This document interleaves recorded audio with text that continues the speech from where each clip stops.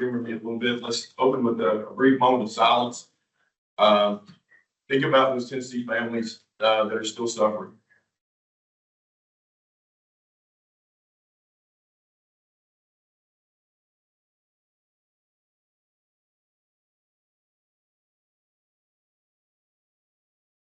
Thank you. Thanks everybody for coming. I love the venue. So Elizabeth and the folks that set this up, thank you for doing it. It's exactly, I told Mary, it's exactly where I want to be. I want to be in the community. I want people around to know that we're here and what we're trying to get accomplished for their communities. So thanks for doing that. A couple of disclaimers before we get into the meat and potatoes of our meeting. That thing over there on the podium is something called an owl. And I see why. It's freaking me out a little bit. But apparently it's very sensitive to sound. So Karen, you and Brian, when you're cross talking over there and you cough, that thing's going to turn and look at you, which again freaks me out a little bit. So I just want to make everybody aware of what it's doing, but it'll actually pan to who's talking so that the folks online, I think, can see us a little better. So first of all, we'll start off by recognizing our council members who are not with us in person, but are online. We have Shane Sexton, our retired judge. Tommy Farmer, of all people, is not here. I think he lives less than 5 miles from where we're sitting right now, but Tommy is on the road, and I want to make sure I give him appropriate grief that we came to his city, and he's here virtually. But Tommy Farmer, the TBI.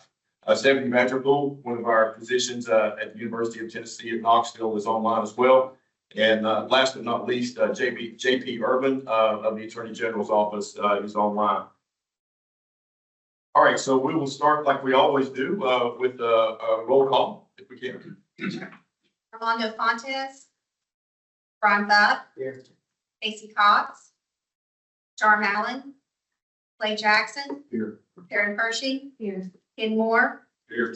Lisa Tipton, here, Mike Flynn, Here. Shane Sexton. Here. Shane, what's it? Okay. That's the quickest you've ever been, Shane, that you weren't on mute. I don't know what you did, but I'm impressed.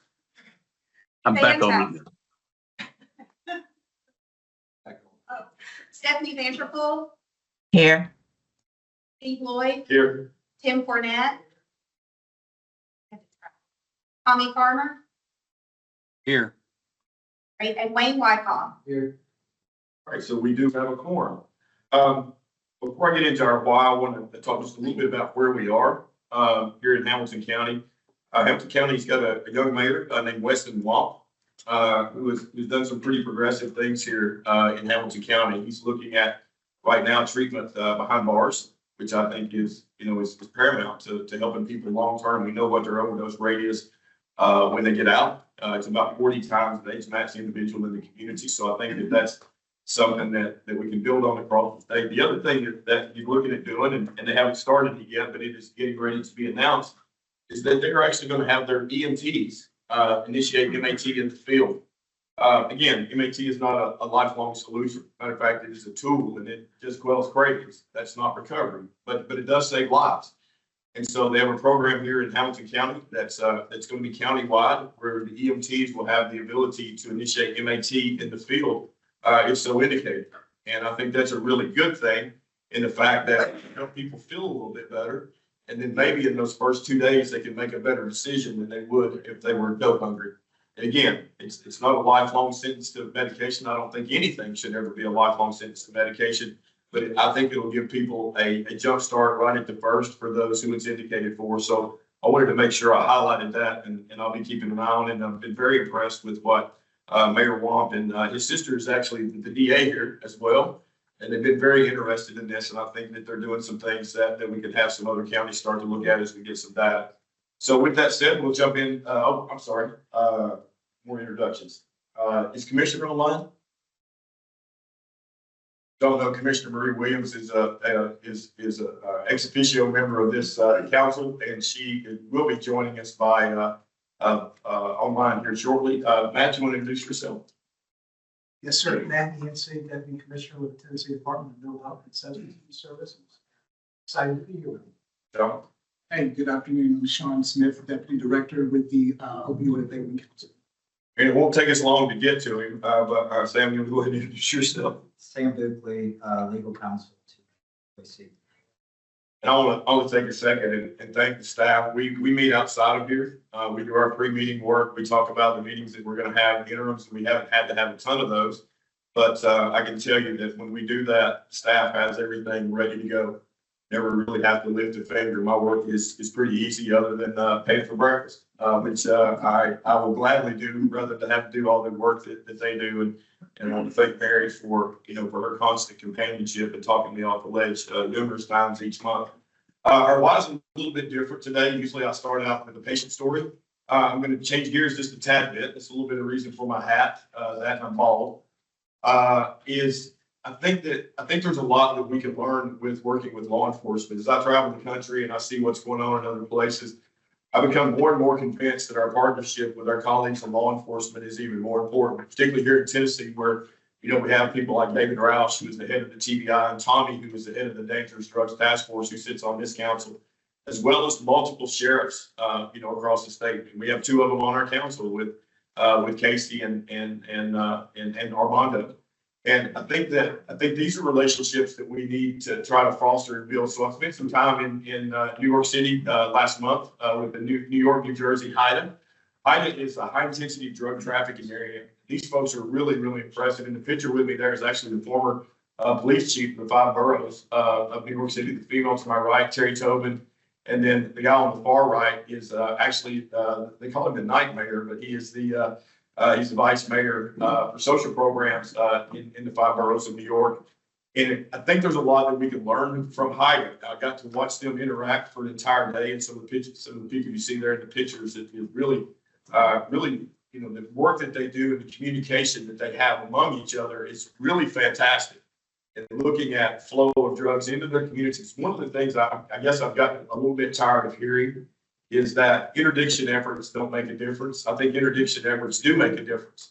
If you're keeping deadly drugs off of our streets and you're lowering the opportunity for people to come across those deadly drugs, I think that makes a huge difference. Now, is it going to solve the problem overall? No, we know traditionally it happens. It hasn't. And I don't think law enforcement is under any rose-colored glasses that that's going to happen. But it is important. And I think that there's a lot of things that we can learn by the way that these HIDTA groups communicate, because they've got local law enforcement, they've got federal law enforcement. The lady to my left in that picture, and the one on the right is she's actually a social worker. She actually helps them with things that involve mental health and SUD. And so the reason I got so fired up about this, because this is New York City, right? They have a ton of the world's problems, right? They have to be able to look out for terrorist attacks, which most of our small counties don't have to worry about. And the emphasis they put on what we do is pretty amazing. So I had me up to help them start to talk about how we can get some of these folks out of the criminal justice system and into the treatment world. And guys, these are tough law enforcement guys. Have been doing this for 25 or 30 years. And I see more kindness and compassion out of them a lot of times than I do in my own profession as a physician and a provider. And so I want to highlight that, because I think as we're looking at Tennessee and we're looking at programs across the Tennessee, and for those folks who are online looking for ideas, I'm not going to be bashful anymore. I'm going to tell you some things that I've seen, and these are open for anybody. But working with law enforcement and first responders, I've seen multiple states that have these things called quick response teams. These quick response teams actually go to the scene of an overdose with local law enforcement and ENT, and they hook the people up with treatment right from that scene.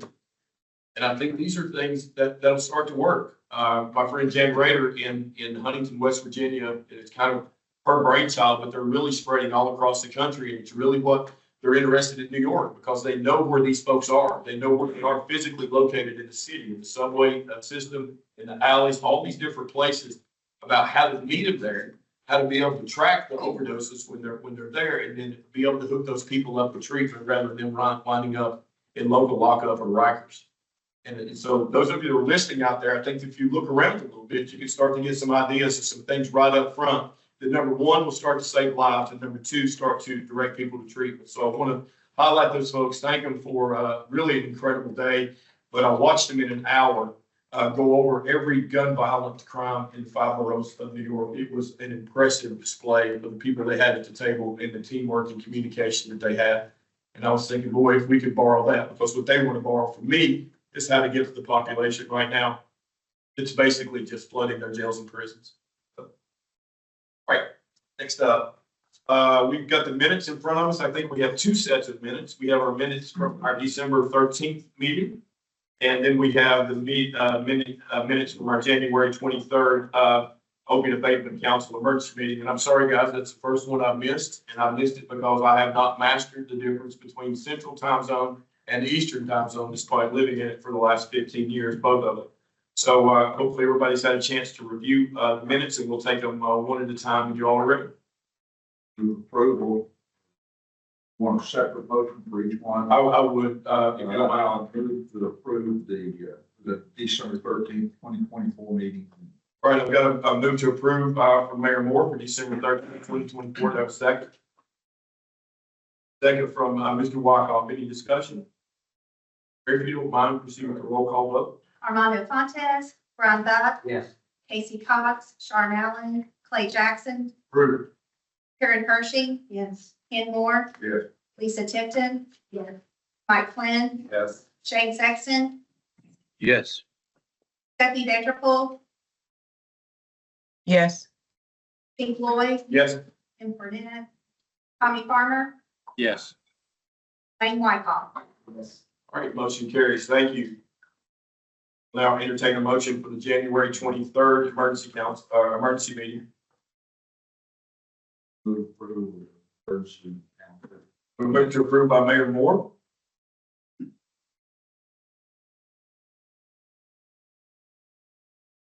All right, second by Brian Buck. Any discussion? Mayor, if you don't mind, proceed with the roll call vote. Armando Fontes, Ron Bud, Yes. Casey Cox, Sharon Allen, Clay Jackson, Approved. Karen Hershey. Yes. Ken Moore, Yeah. Lisa Tipton. Yeah. Mike Flynn, Yes. Shane Sexton, Yes. Stephanie Vanderpool, yes, Steve Lloyd, Yes. Tim Burnett, Tommy Farmer, Yes. Wayne Wykoff. Yes. All right, so the motion carries, and I voted on that because I did not miss the emergency meeting. I actually missed our executive meeting. Oh, all right, Commissioner, we hear that you joined us. Would you like to introduce yourself?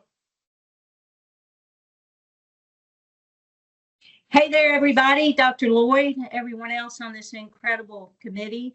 I am in Nashville because we're dealing with several bills and several meetings today that I have to be here, and really excited to hear what everyone has to say. We'll be dropping off at 1 for a meeting. So thank you, Dr. Lloyd. No, thank you for Commissioner for being there. That means that we don't have to be, and so we're grateful. Thank you. Thank you. That's great. So, Mary and Sean and I talked about this, and we're gonna start doing this every meeting. But we're gonna go over our motions from our last meeting. I don't know about you guys, but we meet once a quarter. Sometimes we'll have an interim meeting, and I forget what we voted on and approved. So we're just gonna go over those real quick, just to refresh everybody's memory and make sure we all stay up to speed in between meetings. And so there's no action for this. Ellie, you can go to the next slide. There's no action needed, not asking for a vote. But again, just to make sure there's continuity between the last meeting and this meeting, and as Steve said, to refresh our memory.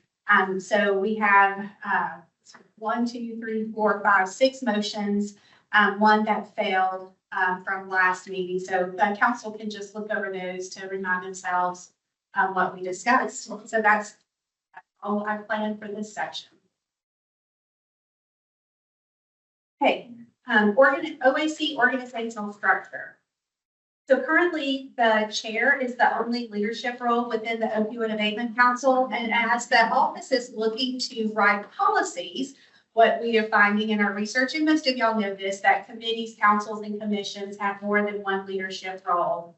And I've spoken to Steve about this as well. And he said, yeah, bring it to the council, see what they think. So question to the council.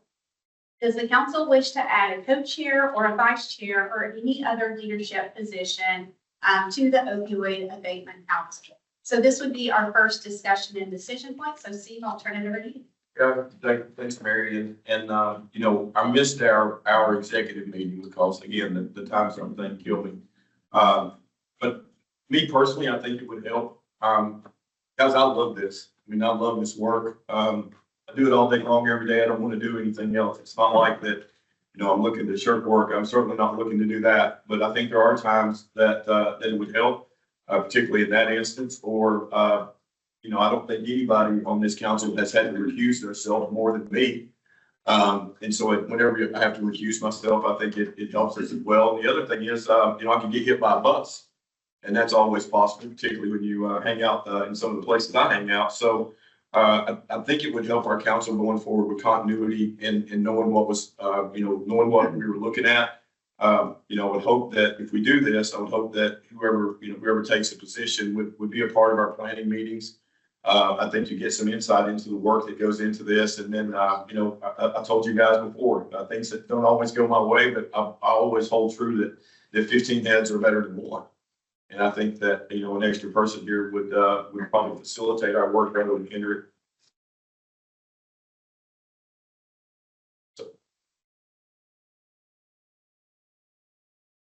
I agree from a board perspective, having run a nonprofit as long as I have, just having a or a vice chair. We didn't do co-chairs. Co-chairs can be a little confusing because then if both people are at the meeting, it's like who runs it and who doesn't, right? But if you've got a chair and then a vice chair, the vice chair understands when the chair can't be present, then they would step in. I would suggest a vice chair. I agree with Karen. I gave this some thought after the one-on-one. And I think the vice chair serves our purposes better for all the reasons that you initially outlined. You said, Karen, I think it's less confusing. I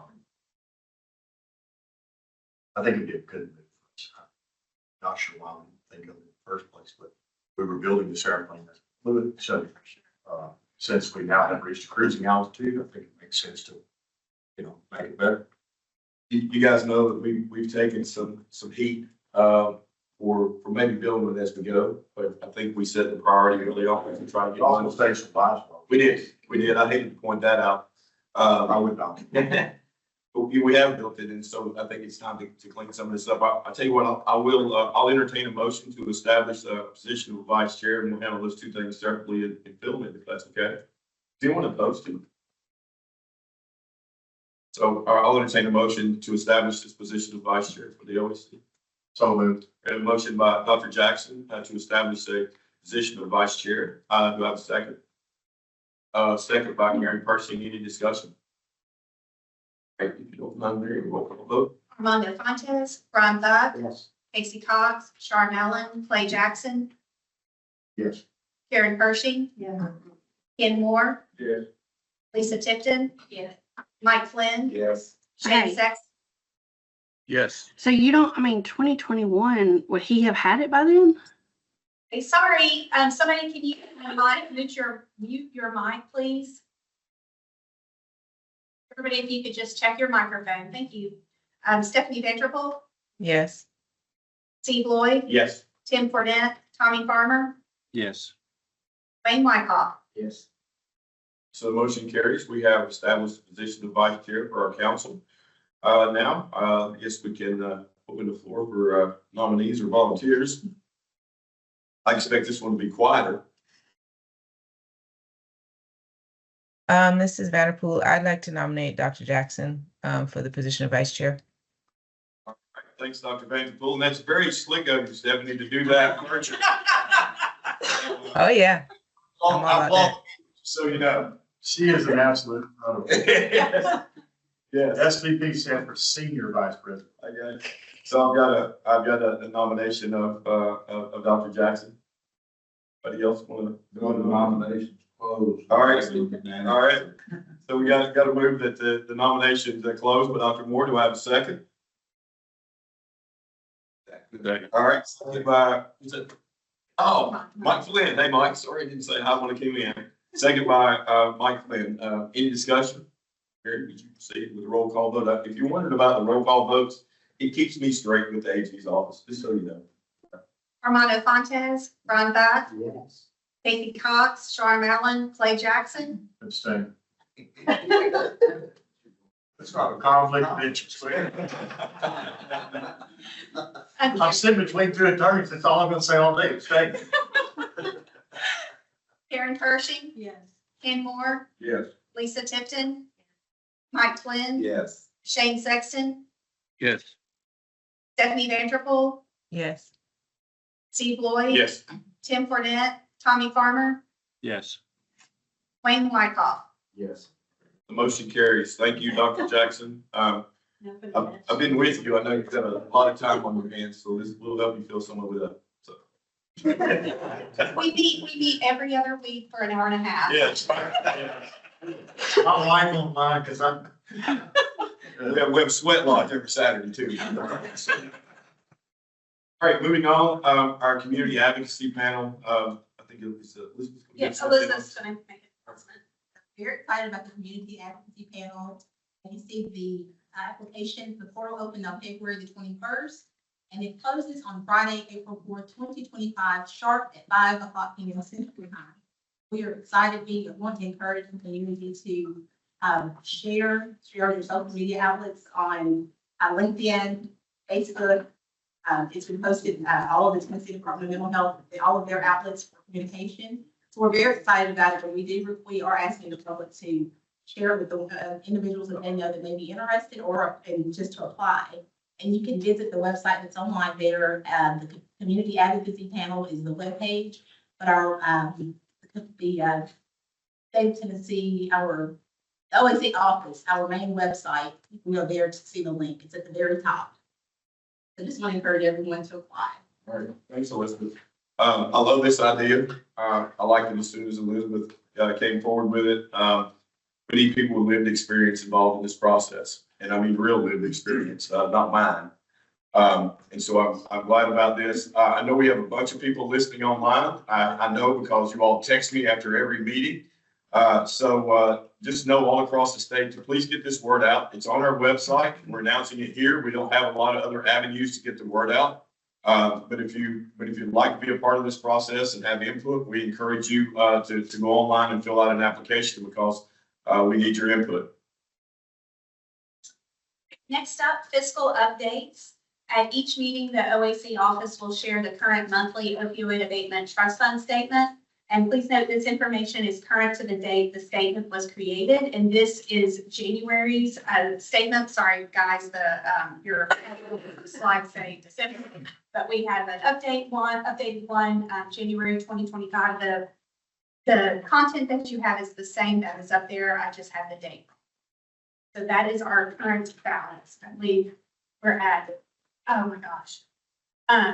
Net cash on hand is 209,718,70 something, 0.83. Oh my word. So, yes, our net cash available right now is $209,718,708.83. And I know that there'll be people listening right now that says, well, you're just letting that money sit in the bank. We are not. That money has been allocated. It's allocated out. If you have been paying attention to our meetings, you have to allocate it out over the course of the grant cycle, 1 year, 2 year, 3 years. And so that money is spoken for, but not all of it. There's about 25 million of it that will be available at our next meeting, hopefully, if we can get our grants scored and allocate that money. So that money is not sitting there collecting dust. It has been allocated. We've had some funds returned to us by at least one organization who could not follow through on their grant. We put that back into this cycle, so it raised it from 20 million to 25 million. So that's just in anticipation of any questions anybody might have by looking at that bottom line. Anybody on the council have any comments? Next up, policy updates. So just a reminder about our process here. We are drafting policies. And then once the policies are drafted, myself, Sam, Sean, several of us are looking at the policies and editing them and revising them. We will continue to revise the policy. Then we bring a draft of the policy to the Opioid Abatement Council members. And if there is a revision, then we bring that back and we will revise it and review and then bring it back to the council. It's I would like for the council to approve a clean copy of the policy rather than a copy with edits. So with that, there are 4 policies that we're presenting today. The communications policy is a policy that y'all looked at the last meeting, and there was a word that needed to be updated. That word has been, I think it was biannual, and it has been changed to, I think, every other year. Sorry. That's okay. Hey, we need good, clear policies, make good, clear processes. So we appreciate it.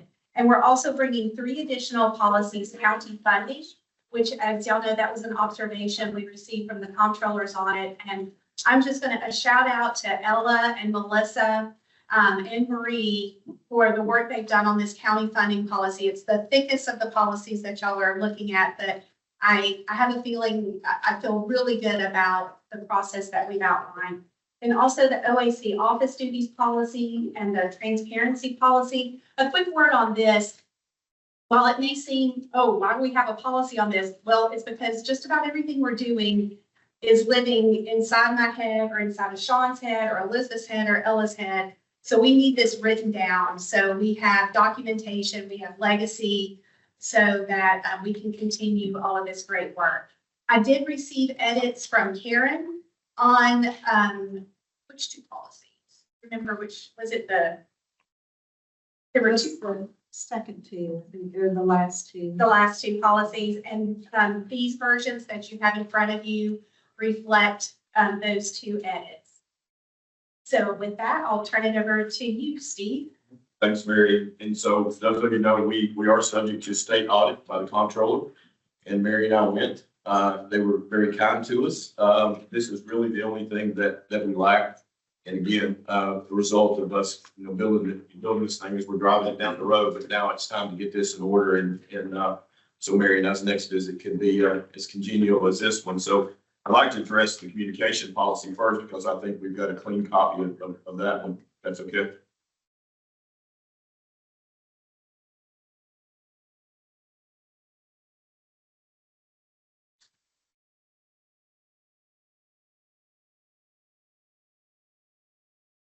Mr. Chairman, what page number is communication policy?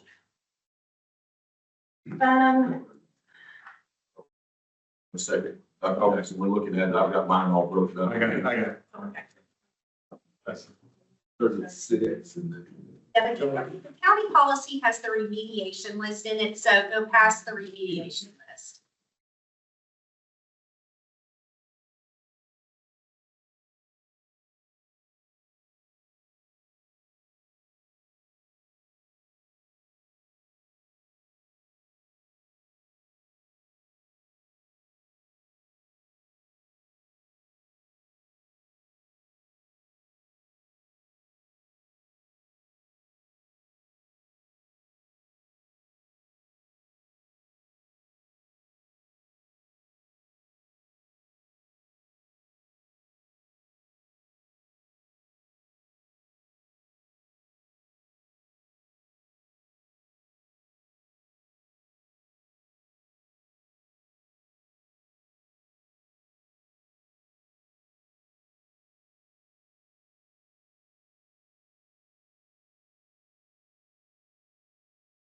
Mr. Chairman, Yes, Dr. Jackson.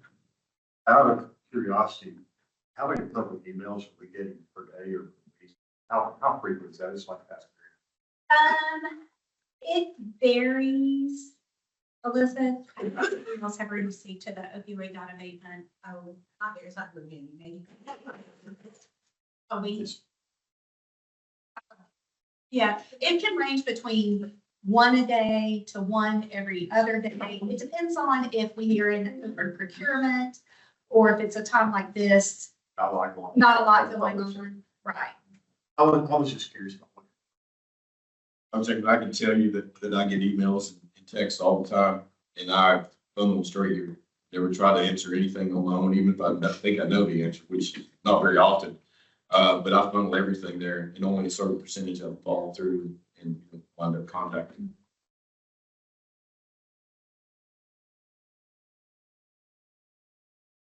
That was because of the panel. So That's right. So now then it's. Thank you, Elizabeth.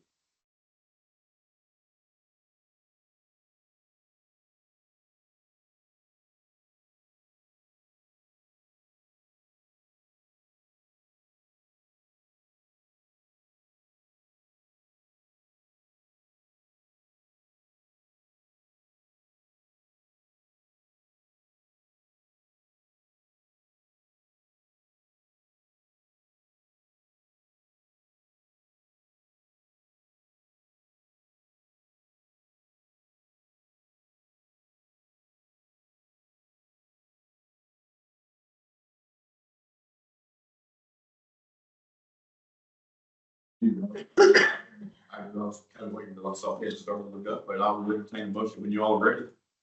All right, we have a move to approve, the OAC, communication policy by Mayor Moore. The second by Karen Pershing. Any discussion? Hearing none, Mayor, could you proceed with the roll call vote? Armando Fontes, Brian Bott, Yes. Casey Cox, Sharm Allen, Clay Jackson, Approved. Karen Pershing, Yes. Ken Moore, Yeah. Lisa Tipton, Yes. Mike Flynn, Yes. Shane Sexton, Yes. Stephanie Vanderpool, Yes. Steve Lloyd, Yes. Tim Cornett, Tommy Farmer, Yes. Wayne Whitehall. Yes. All right, motion carries. Thank you all. Next, let's tackle the monster, in the packet, which is, the county funding policy.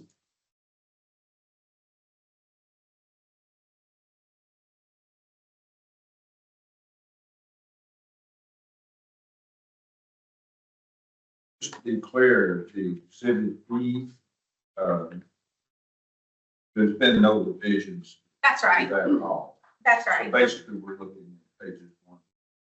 Yeah, and then the very last, at the, behind the remediation list is a checklist that Ella will use to make sure that all of those steps are completed. So you're right, the remediation list has no revisions. As I work across the places that I wound up being in and doing some of the national meetings I've done here recently, this one is the biggest source of contention. What the funds are spent for. I don't know if anybody saw the article, but there was one county that built an ice rink. Now, their argument I thought was, well, it didn't matter what I thought. It was helping people, giving people opportunities to do something other than use drugs was the argument. So, that can be tough. We had our own Greene County in Tennessee featured in the national article right out of the bat, right off the start, because of how they spent some of their county funds in making up for budget deficits in the past that they said were related to what they had to spend on opioids before they had money. And so, this is the one that I think we need to pay particular attention to, because this is blood money, and how we spend it, in my mind, honors the people that we've lost. Your point, Mr. Chairman, it appears that this policy does cover utilizing present funds from past indebtedness and specifically forbids that. So we do have that written into this policy, which I think is good.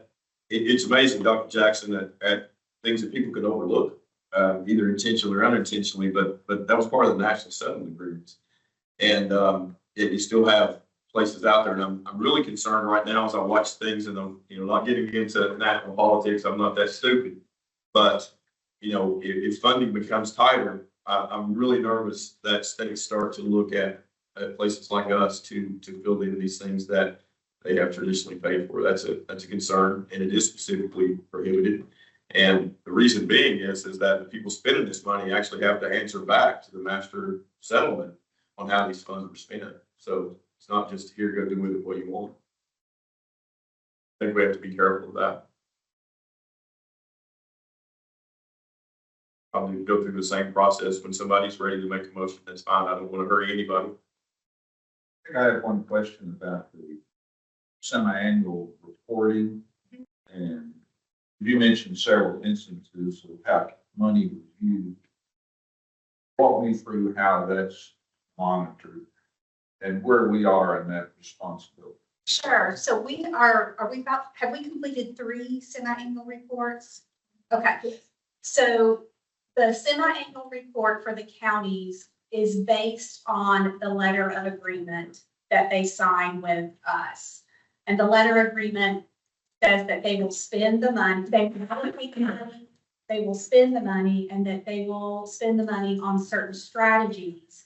And then how many people are they serving? So the semi-annual report tells us how much of the money has been allocated, and then how much of the money has been spent on each 6 strategies, and then how many people were served by each of those 6 strategies. So that's pretty much where our monitoring ends. We're just concerned whether or not they're fulfilling their what they have agreed to in the letter of agreement, which is allocating and spending by a certain date. We're not going on site with the counties and looking at records. The comptroller will be doing that. Right. Control. Mhm. Looking for approval from Mayor Moore. Second. A second from, Mike Lynn.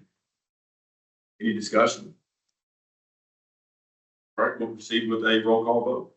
Armando Fontes, Brian Buck, Yes. Casey Cox, Sharon Allen, Clay Jackson, Yes. Karen Hershey, Yes. Lisa Tipton. Yes. I'm sorry, Ken Moore, Yes. Mike Flynn, Yes. Shane Sexton, Yes. Stephanie Vanderpool, Yes. Steve Lloyd, Yes. Tim Burnett, Tommy Farmer, Yes. Wayne Wykoff. All right, the motion carries. In looking at that, Mayor, you go back to what you said about the comptroller, I'm really comfortable with that. We've been through a comptroller's audit now. I think that's more thorough than anything that we would ever do. And, if you look at it, when the comptroller is audited counties around our state, it usually makes a newspaper when something, goes awry. And if I'm thinking about my neck of the woods, Northeast Tennessee, we had one up there not long ago that was pretty tough on one of our local counties. And, you know, it's pretty public when that happens. So I think they're the best interest to make sure that it doesn't happen. One question before we move on, and Sam, if you can't answer this, that's fine. I want to get out of the habit of putting you on the spot. But do we have a mechanism? So we have a road county that goes out there and want to build an ice world or something. Do we have a mechanism to go back after that money? Yes, so our LOA speaks to that. But essentially, I think that would.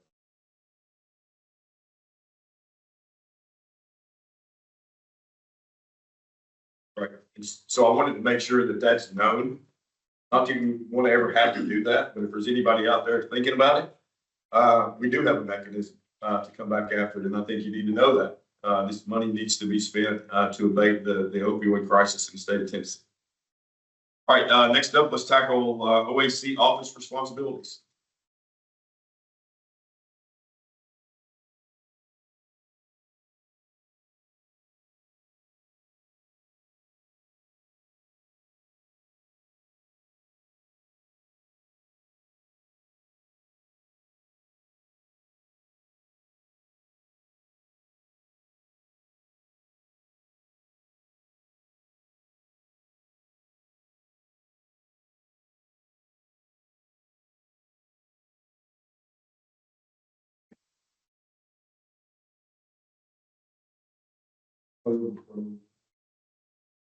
I'm gonna move to approve by Mayor Moore.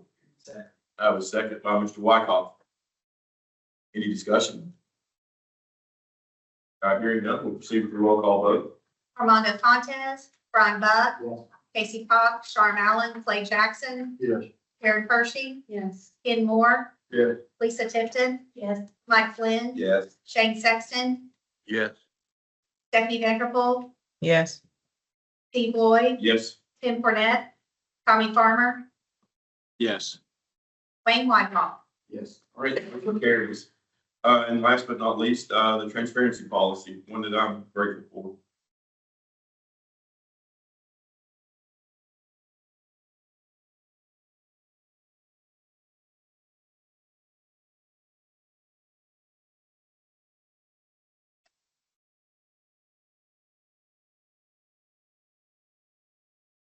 Make a comment, this may be one of the most policy. Transparency about what we're doing, clarity about how to proceed.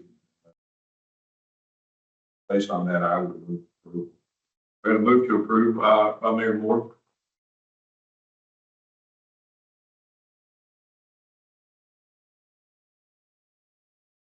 Second. All right, second by Mike Flynn. It's okay, I'm gonna give us a couple of minutes until it's up.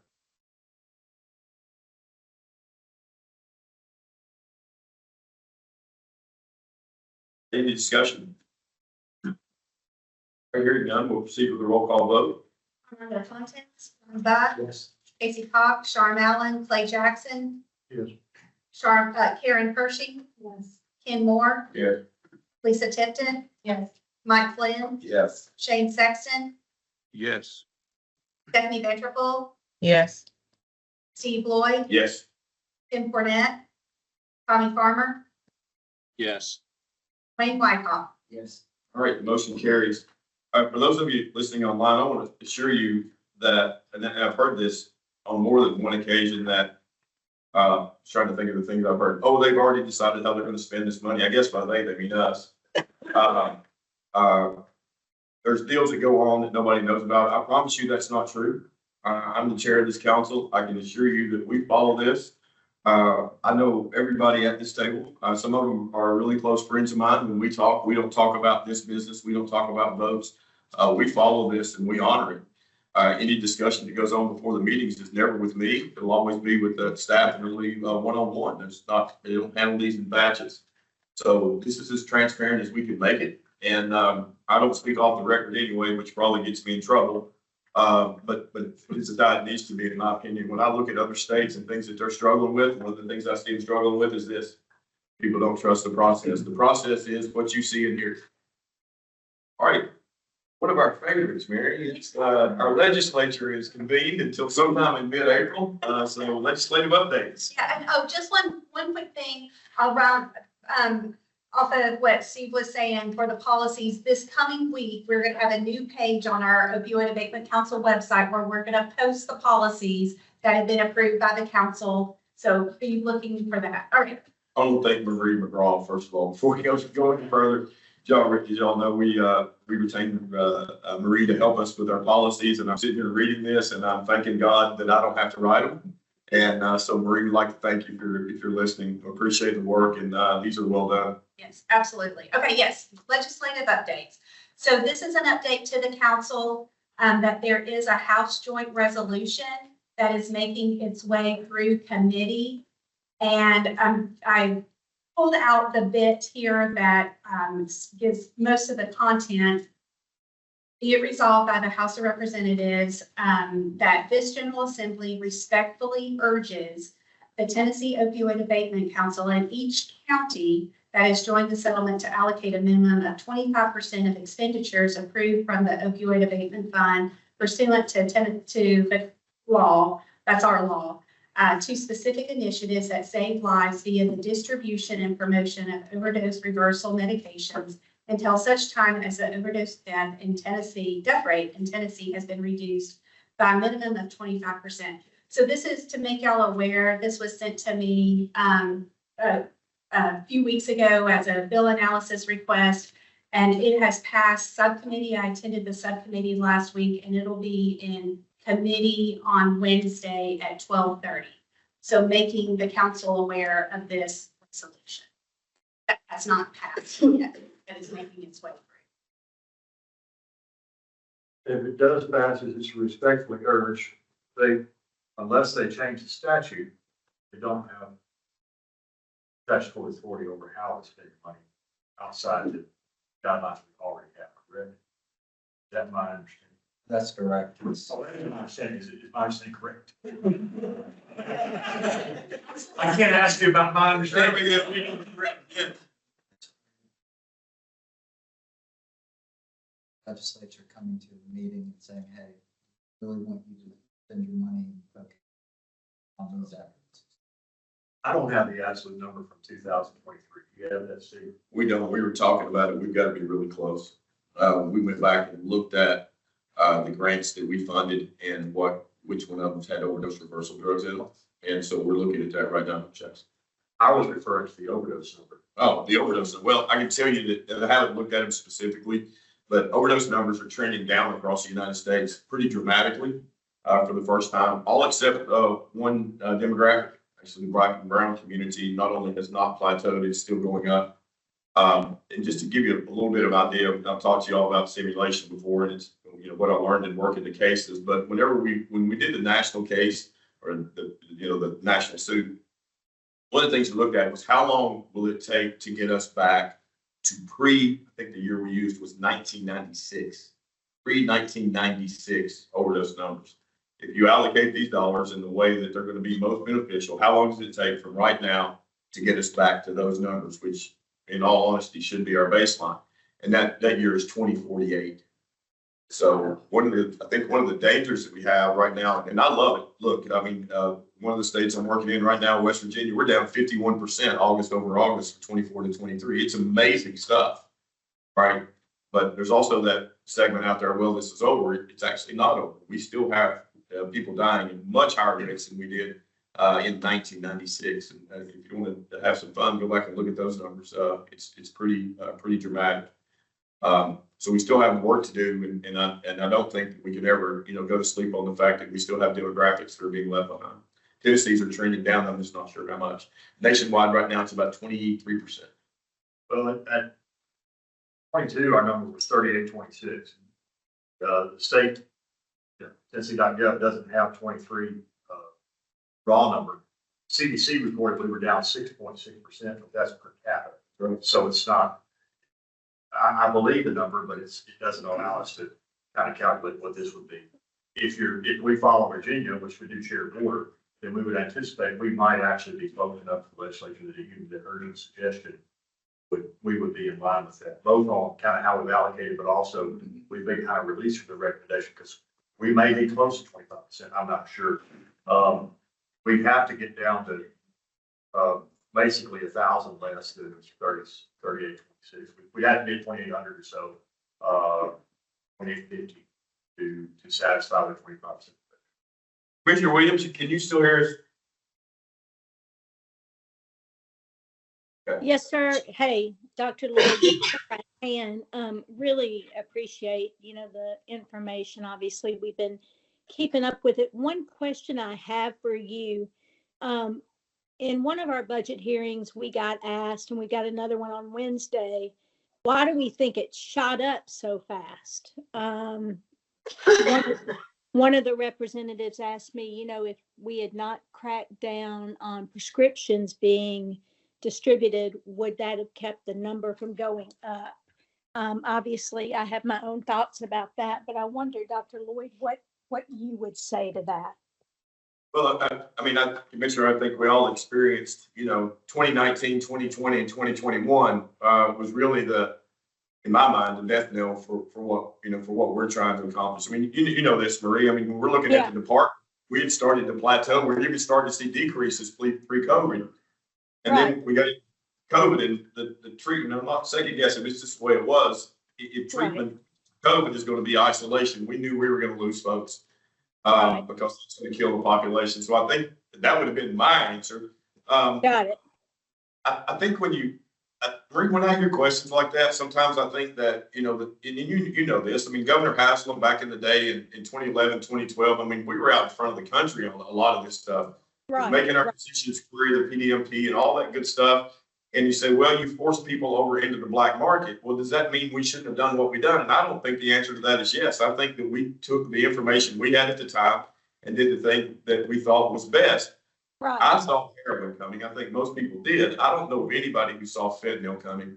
And so I would put fentanyl in there as a reason for the spike, and then COVID would have been my answer.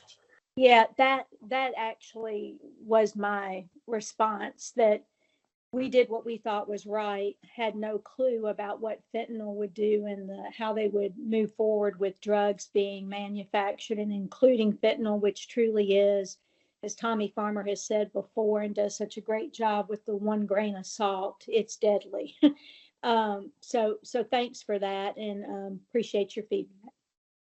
It's kind of weird that, even after all these years, I'll go out in the community and do educational talks. And there's a lot of doctors in our community, doctors, nurse practitioners, and PAs that still think when we're talking about fentanyl, we're talking about diverting fentanyl out of the hospital.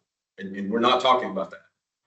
That's why I never was that worried about fentanyl. It would be hard to divert it out of hospital at that with enough to have an impact on the community. What we weren't counting on is illicit fentanyl, made in other countries in powder form, brought into the United States and pressed into pills and adulterated. So that message still needs to go out because that's still what we're dealing with. And now a lot of other things being added to it as well. So I appreciate that. Thank you everybody for getting through those. And I think we're making progress. And you got an answer for the comptroller next time. Yeah. All right, next up, our graduate scholarship. And Matt, I think before you go to that, are we have coming out in decision on this particular bill? or is this an information item?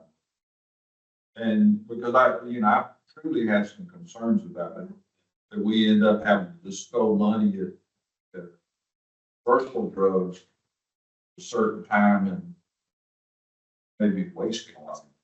No, I agree. I guess I'm bringing my background of having worked for the state and Matt does this all the time. Haven't really been in a place where I wanted to go lobby. Right, and I can, make things known and I think, make our improvements known. And like Clay said, what are our numbers right now?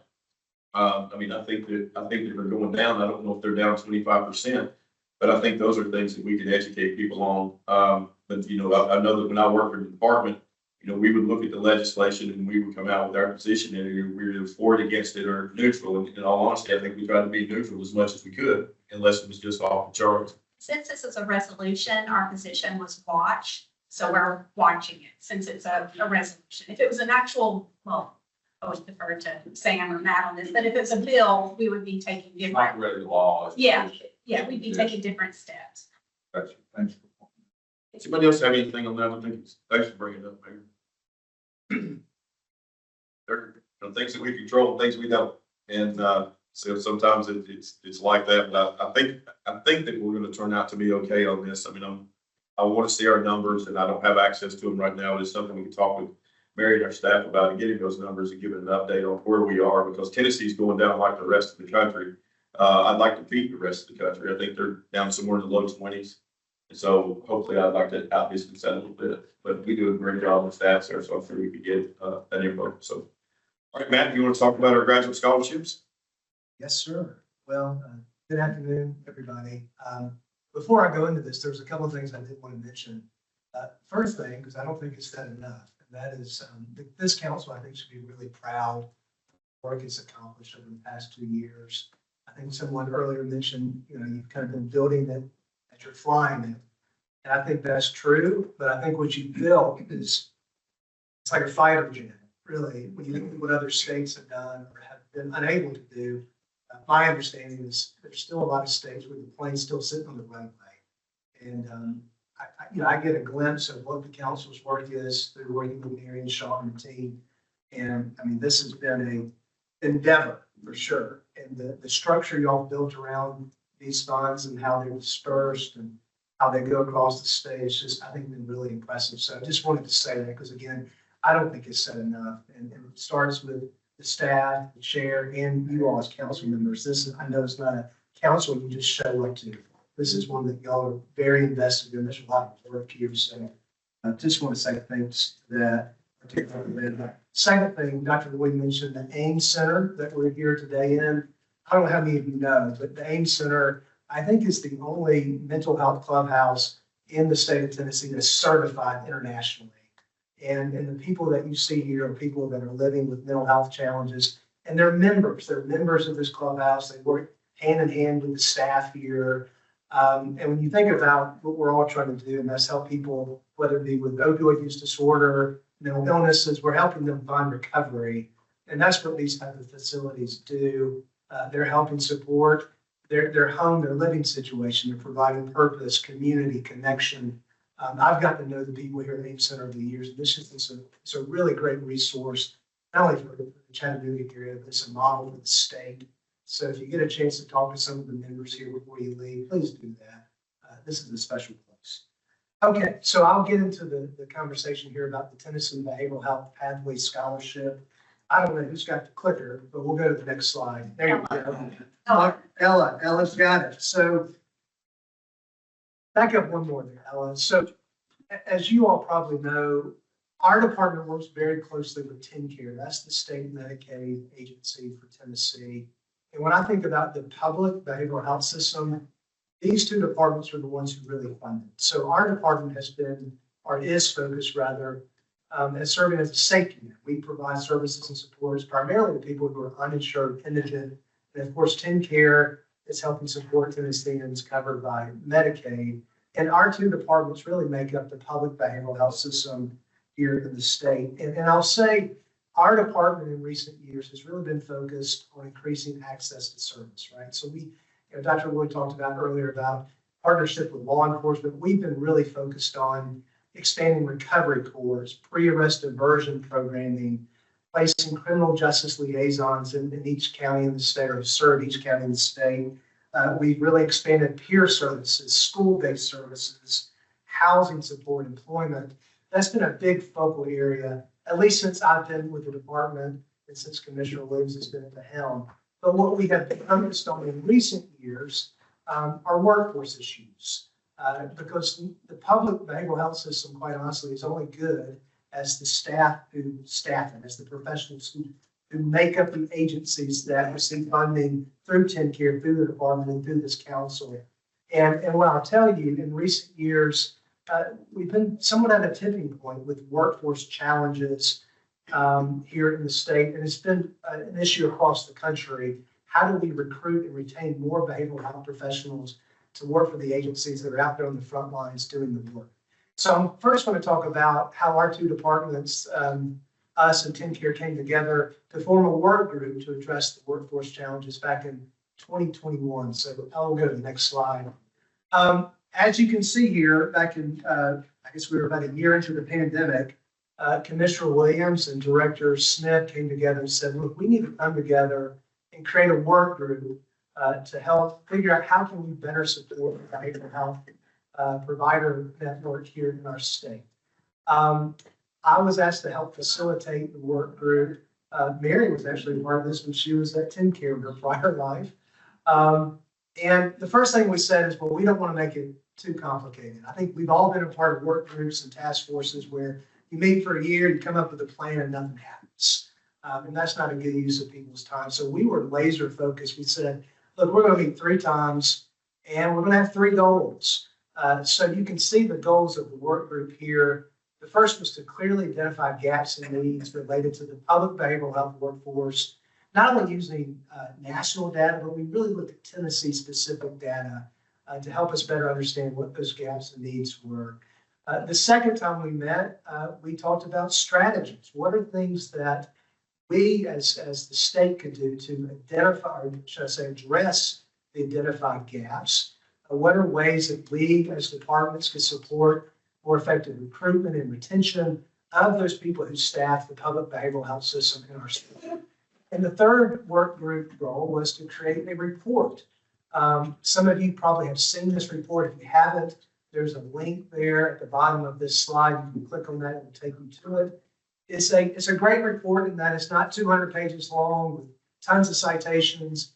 It is laser focused on what this work group came up with as far as ways we can make an impact, both in a short-term and a long-term way, to address the public behavioral health workforce needs in our state. You can see the people that were part of the work group. We had provider organization representatives, advocacy groups. We were very thoughtful in engaging colleges and universities because we knew we had to swim upstream to figure out how can we attract more people into the field to begin with, not only stabilize the current workforce, but cultivate a new workforce, which is pertinent to what I'm about to talk about. And then our Planning and Policy Council members were also part of this work group, the chairs. We'll go to the next slide. So I mentioned the second meeting we had, that was all about coming up with strategies. So if you go to the workforce work group report, you'll see these discussed in detail. The first thing the work group said that the state needed to consider was, well, you got to pay people more. You got to raise reimbursement rates. I will tell you, our governor and the legislature have certainly taken heed of that. Just in the past few years, our department alone has received, I think, over $40 million just to raise provider rates. TennCare has equally invested in raising rates with their funding. So that was something that we really focused on from the onset, because that was the #1 strategy identified. Others included licensure modification, pipeline planning. Again, how do we not only work with colleges and universities, but how can we even go into the high school environment and start educating students about careers in behavioral health, which we've done. We've partnered with the University of Tennessee, University of Memphis. They're educating high school students about careers in behavioral health. We also talked about internship opportunities, student loan forgiveness, but But pertinent to this presentation, we also talked about benefits and incentives. And that's where this behavioral health scholarship idea was born out of. Next. So we had this idea that, when people are looking to go back to school, whether it be for undergraduate programs, graduate programs, no one's really excited about taking out student loans. And we looked at what other states have done related to investing in people on the front end. How can you create opportunities for them to go back to school without taking out $1 in student loans?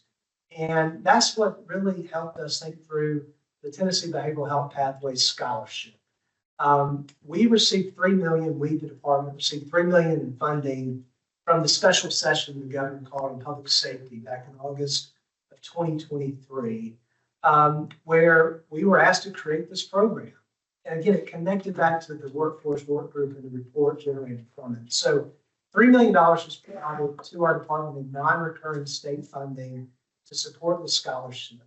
And the idea is if we could provide up to $15,000 per academic year in tuition stipends, we could help better address the workforce challenges that way. But here's the key point about the scholarship program. It's not just a handout. There's a commitment. So folks who are receiving the scholarship today are required to work for a Department of Mental Health and Substance Abuse treatment agency for a commensurate amount of time after they graduate. The way the program is structured at the current moment is that we are funding these scholarships for people who are looking to get master's degrees. You can see the graduate programs that we are supporting. These programs like psychology, psychiatric nursing, marriage and family therapy, social work. And the reason we started the scholarship program focused on graduate programs, if you look at the HRSA data related to the workforce challenges, it's really master's level clinicians that the data is saying you're going to have the biggest deficit here in Tennessee if you don't address that level of professionals. So that's where we started. That's where we are at the moment with this scholarship. Next slide. Hey, Matt. Yes, ma'am. Yeah, let me add one thing on that for the group. The other reason why we focused on that is that there are not federal programs available for the counseling, social work, those other type master's level people. You got a lot of federal programs for psychiatric nurse practitioners, for psychiatrists where they'll fund or do loan repayment. But for the master's level, typical counselor, master's level social worker, there's not a lot of federal funding. So that's also why we really wanted to focus on that in-between group. Yes, thank you, Commissioner. Oh, absolutely. So I do want to make a point to highlight those logos on the slide, because this has been an effort since we started that we have not done in a vacuum. We knew that we needed partners to help us administer this program. And I'll say TAMHO, the Tennessee Association of Health Organizations, TADIS, the Tennessee Association of Alcohol, Drug, and Other Addiction Services, they raised their hands pretty quickly and said, hey, we see among our members this being a huge issue, but this scholarship being a huge opportunity. So we partnered with TADIS and TAMHO since the beginning to help administer this program. And we would not have had the success we've had up to this point without them. So you can see the scholarship portal was created and opened back in February of last year. It was open for about 2 or 3 months there. And we had to close it down because the response to this scholarship was so overwhelming. There were over 800 applications received in that time period among people from our state saying, yes, I want to go back to school. I want to get a graduate degree. And yes, I will commit to working for a treatment organization in the public system. We actually had people who decided to come out of retirement to pursue this scholarship because they thought it was such an opportunity. You can see as far as the number of scholarships that have been provided, as of November of 2024, just a few months ago, we awarded 188 student scholarships. The more recent count as of January is 197. So almost 200 Tennesseans are under these scholarships or on these scholarships at this moment. The other thing, and this is credit to the governor's office, they saw the overwhelming response to this. They actually provided additional funding beyond the initial $3 million, almost $1 million in extra dollars from the American Rescue Plan to help fund an additional 50 students. Our overarching goal is to get these 800 people on these scholarships because we need them working in our system. But again, this is just the number of applications we received over that short time period back at the beginning of 2024. You can see here on the slide the universities and colleges the scholarship recipients are attending. It's schools across the state, ETSU, University of Memphis, MTSU, Lipscomb University. And then you can see the top fields of study among the scholarship recipients being social work, counseling, and psychiatric nursing. Excellent. So one of the things that we wanted to put out there for the council's consideration is there an opportunity for the council to help invest in such an important program? So the idea on the table is to potentially provide funding, not to our department, directly to the administrators of this program, TAMHO and TAS, to help us in reopening this scholarship portal and find more students who are looking to advance their education. I know y'all are hyper-focused on the remediation list, as you should be. And the question may be, well, how does this align with what we are funding at the moment? How does it support the remediation list? You can see there, this provides the workforce needed in all eligible remediation list activities. It also fits under, I guess that's part of the remediation list, letter E, handoff programs and recovery services, hire additional social workers or other behavioral health workers to facilitate expansions above. One of the things that Mary, speaking with Mary, she said would be helpful for the council is to give an idea of what are the opportunities as far as funding and the number of students that could be supported. I would say that on average, the average scholarship among the students we've already supported is about 17,000. So some of them are they're in different places in their academic journey. Some are just starting graduate school, some are halfway through a 2-year program, some are at the tail end of the program. So they're in varying places, but I will say the average scholarship among those close to 200 students is about $17,000 a year. The other thing that we've got feedback on is there an opportunity to expand the type of agencies they work for after they graduate? Per the statute related to the special session funding, it says department-funded treatment agencies. I know since we've started this, there have been conversations about, well, could it be prevention coalitions? Could it be recovery support organizations? Could it be places like we're here now, mental health clubhouses? So that may be something to think about. But as you can see, some of the things that we would say probably are worth keeping is that you must be a Tennessee resident. That was something that was in the special session appropriation language. And again, the commitment period back. I mean, that's what this is all about. If the state's investing in scholarships, if the council decided to choose to invest in the scholarship, the idea is that we're bringing individuals to the organizations that you all are funding through your community grants to be there to serve.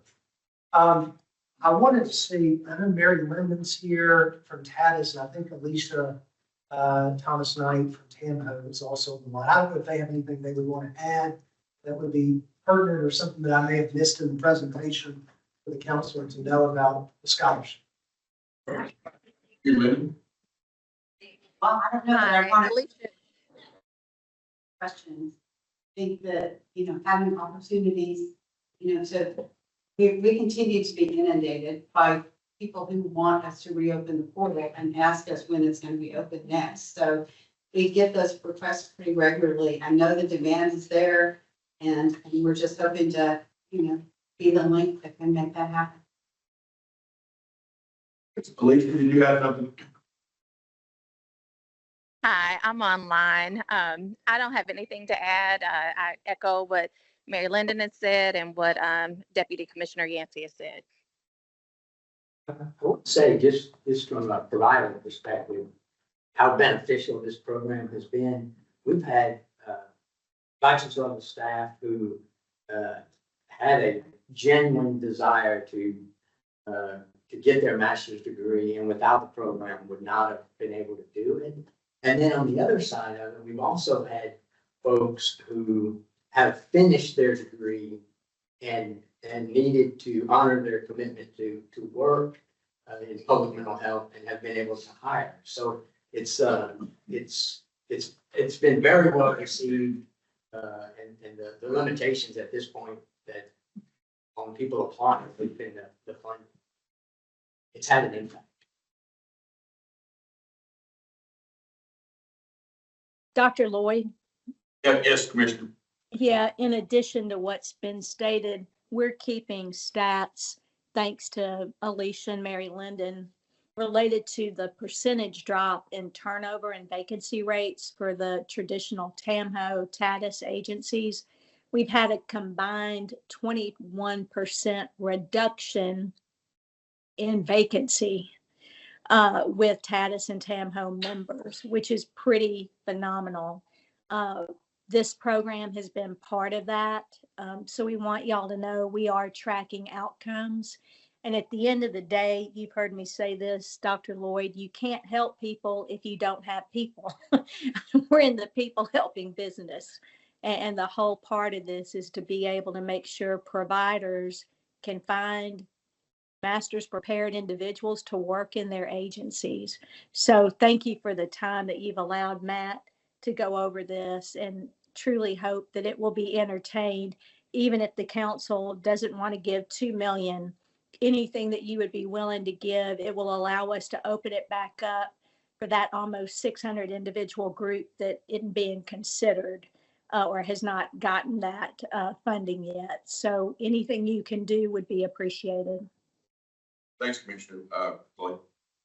Mr. Chairman, if our legal minders, judges be within the bounds of what we're statutorily obligated to do, I would speak strongly in support of this program. In fact, I'm just going to be very forthright, just shock all of you. I'm much more in favor of this type of program than funding a charity university. Universities have endowments, social workers and counselors don't. And I just personally, if you'll forgive 45 seconds of personal history, in another century, Baptist Healthcare in Tipton County funded a young medical student for 4 years medical school to the tune of $76,000, which in my mind at that time was astronomical. I promised him for 4 years I would hang out. At the time, I was interviewing for an MD PhD program in Urbana-Champaign, and I was going to wind up in Pocahontas someplace on the East Coast, which would have been a tremendous waste of my life and whatever talents my mother thought I had.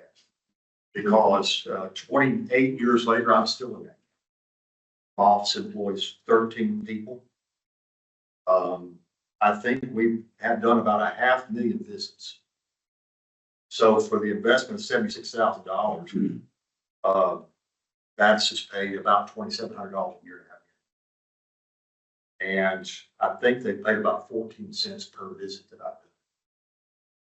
So it was tremendous ROI, unless I'm just a terrible doctor.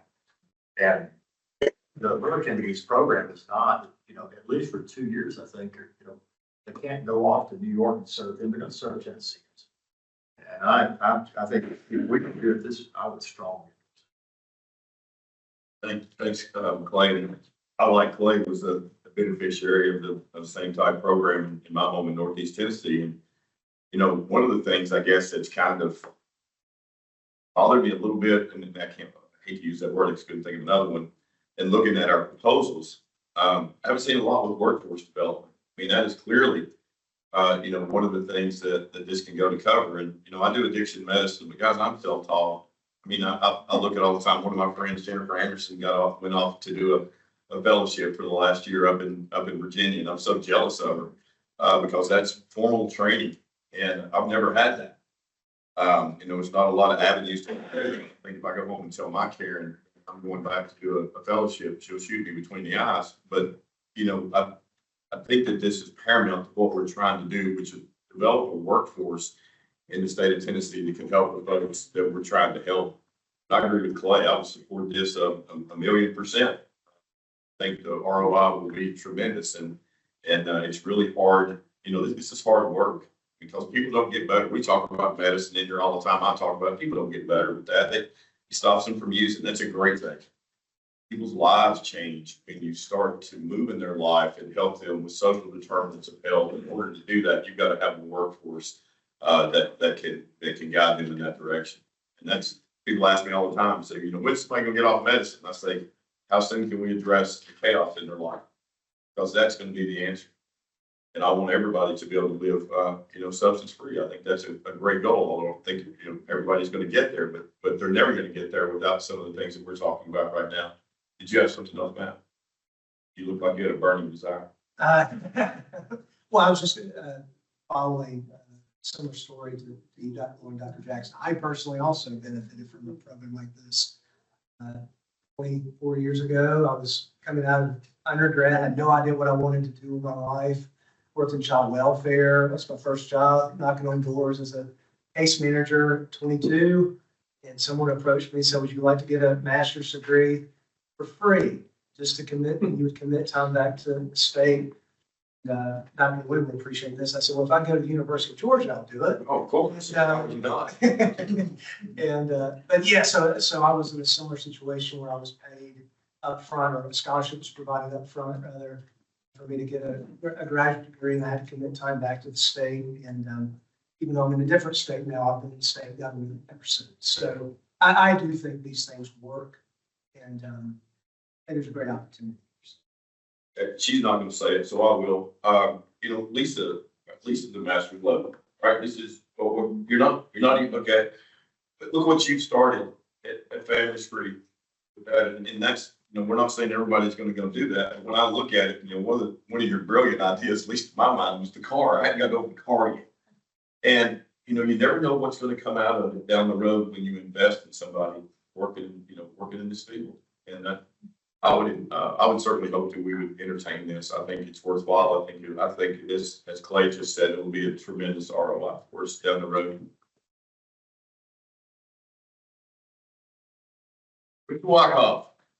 I really like the 2-year commitment post, because that's enough time that somebody's going to put roots down and leave.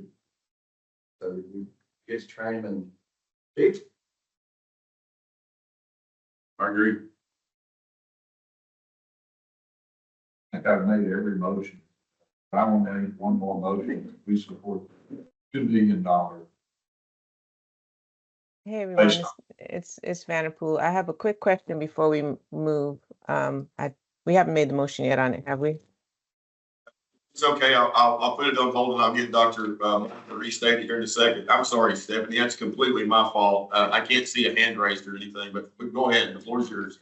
I just wanted to clarify, if we could go back a couple of slides. I just wanted to clarify that the commitment is not just to work with the state, but is to work specifically, okay, there it is, to work specifically at mental health and substance abuse and OAC approved providers. In that case, I'm fine.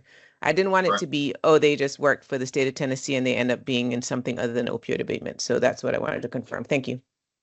Thanks, Dr. Vanderpool. Well, Mr. Chairman, question for you. With past issues, members have raised concern that we should not fund outside the grant process. And I want this to be funded. I'll be very clear about that. I just don't know if we're setting a proper precedent of funding outside the grant process. So I don't know if, again, there are a lot of unknowns here of who would forward a grant, and I think the grant cycle's closed. And so I'm a little concerned about our precedent and moving outside the grant mechanism that we have. Understand. Thanks, Dr. Jackson. And we have had that come up. We have a process that we put in place for emergencies.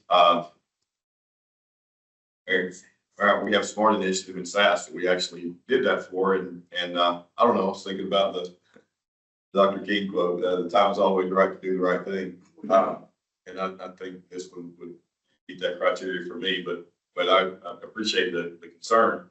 But we have done it twice already. We did it with SAS and we did it with Smart Initiative. I just want to raise that point. I mean, if we're all comfortable, obviously the answer is forms on the website, but if somebody pulls you aside at a cocktail party and says, you funded this outside the grant proposal, it would probably behoove us to say, we have had, if we do this, to say we've had 3 elements that we funded outside the traditional grant cycle. You know, there were reasons for that. Data management and workforce development, we felt like were crises that we couldn't afford an 18-month grant cycle to do. I'm not a PR director. I make this up on the fly.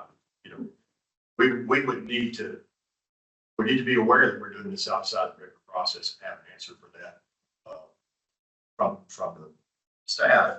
But then we might be asked as council why we're doing this outside the regular process. Well, our meetings are sunshine and subject to Open Meetings Act. They're also recorded. You can actually go back and watch them. And so at some point, somebody can watch this discussion. And, you know, just from what I've heard from our council members who have spoken up, like the idea, know the urgency is there. And I think that, you know, I think that we've got grounds to stand on if we want to move forward with this. But again, I will to the, you know, to the will of the council. And we can address that pretty easily because I have a motion made by Dr. Moore that we fund this for $2 million for 2 years. So that motion is on the floor, waiting a second.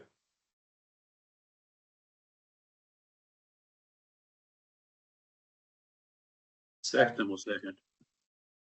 I'm sorry, who was that online that said, did you second that, Tommy? Shane Sexton did. Tom may have as well. I don't know. No, that's fine, Shane. No, I'm just impressed at your mastery of the mute button today. It's impressive. So I got a second by Judge Sexton. Any discussion?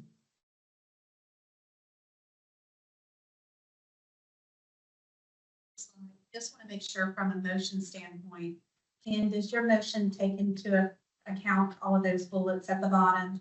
Yes. Okay, thank you. I'm glad to read them. Well, no, I just so when we put them in the minutes. Yeah, absolutely. All right, thank you. All right, so we got a motion on the floor and a second. Any further discussion other than what we've had? That one's kind of outside our purview here. I do have another question, Council. How does the $2 million, and I may have missed it in the previous discussion, but I want to have clarification for the meeting minutes. How does that $2 million affect our ability to fund community grants from our budget? Well, sorry, I was gonna say, Absolutely. okay. I talked to Melissa Gilbert, our audit director, about this, and since the UT Memphis was not funded, that was $3 million from cycle 1. So there is money from cycle 1. Stephanie, is that answering your question? It does, but I thought that money was already allocated into the $25 million you were going to fund in cycle 2. So I want to make sure we're not double counting that money. Melissa, are we double counting? I don't believe we are. Sorry. Because where was the additional No. $5 million coming in to fund cycle 2 that we went from 20 million to 25 million for cycle 2? Yes. Go ahead, Melissa. Yes, we were using the Kroger settlement that we were not expecting for the additional cycle 2 money. Got you. So we have additional cycle 2 from an additional settlement, and then we have money that was not used in cycle 1 that we're saying could potentially be allocated to this. Yes, ma'am. Great. Thank you for clarifying. Okay, well, I like to think of it as manna from heaven. And our legislature has continued to be consistent with this. So the Kroger money that became available was money that we weren't expecting, and they allocated it to this council for distribution. All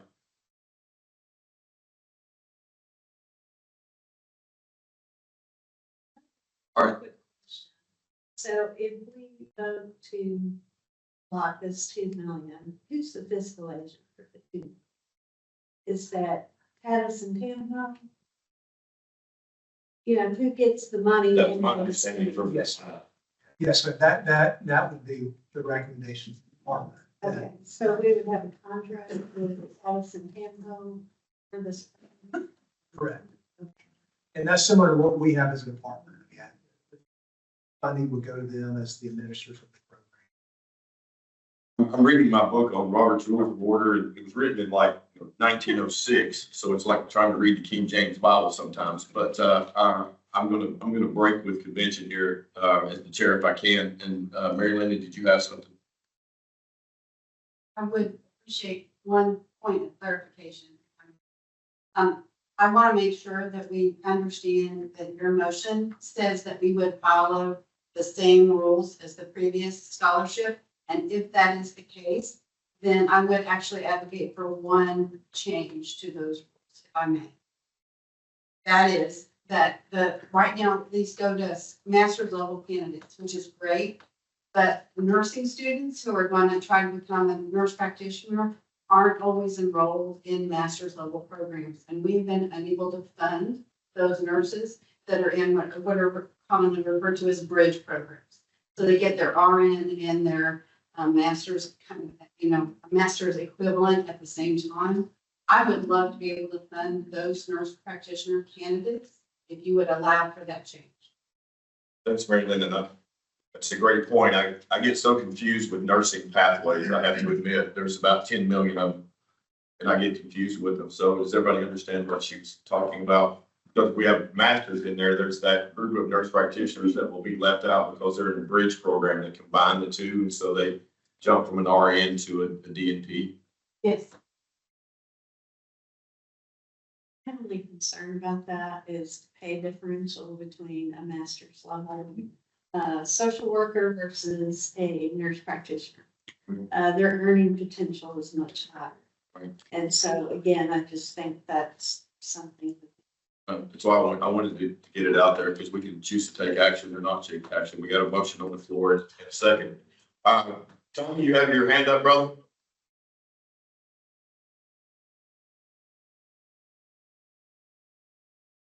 Papa John. Can you hear me now? Yes, we can hear you, Tommy. All right, sorry about that. I think it sounds like a great idea. I just have to echo what Dr. Jackson said. I think these are coming more frequent, that it's almost like a backdoor way that the grants are going out. And I think we have to be careful not to set a bad precedence in doing this type of funding, when we have a mechanism for funding and granting already in place. That's all, just my 2 cents. Okay, thanks, Tommy. Is there another council member Stephanie took hers back. Okay, we're good. Okay. All right, so the first number four we have right now is within the three guidelines that we're in the proposal, for 2 million for 2 years. We have a motion on the floor and a second. We're currently in discussion. The discussion that came up was the question about nursing programs that are bridged from RN to DNP, and we haven't had any action on that. So our original motion still stands. Any further discussion? Any appetite for amending it to include the DNP? Jackson? I think I'm on Karen's side on this one. I think it's dangerous to have more people that have lower earning potential, because those people I think are hard to get into the field. The appeal to me of this program is that we can get a lot of provider power for a lower per unit cost. I know what my nurse practice earned in my clinic, and it's enough to pay back any longer. I'm not an expert in this area, so I respect her comment from our colleague, but my instinct is that have a pot of money, and we can use it on programs that fund people that have lower earning potential in the pipeline. I feel like that's a better ROI for us. Thanks, Dr. I feel like somebody wants to be a DMP, and they're going to make a profit because they can earn a lot of money. I think you make a lot of money for your practice, for sure. Yeah. All right, thanks, Dr. Jackson. Dr. Moore? I think I would not support adding any additional criteria at this point in time. I would be supportive of looking at it further on down the road. I think this is we're quick to try to add something, and plus we're tagging onto a program that's already demonstrated success in getting responses to get people into the field. Thanks, Dr. Moore, and you hold the trump card as the original motion. I'm not even sure if that's a word, but, all right, somebody else. Dr. Vanderpool, I can see you now.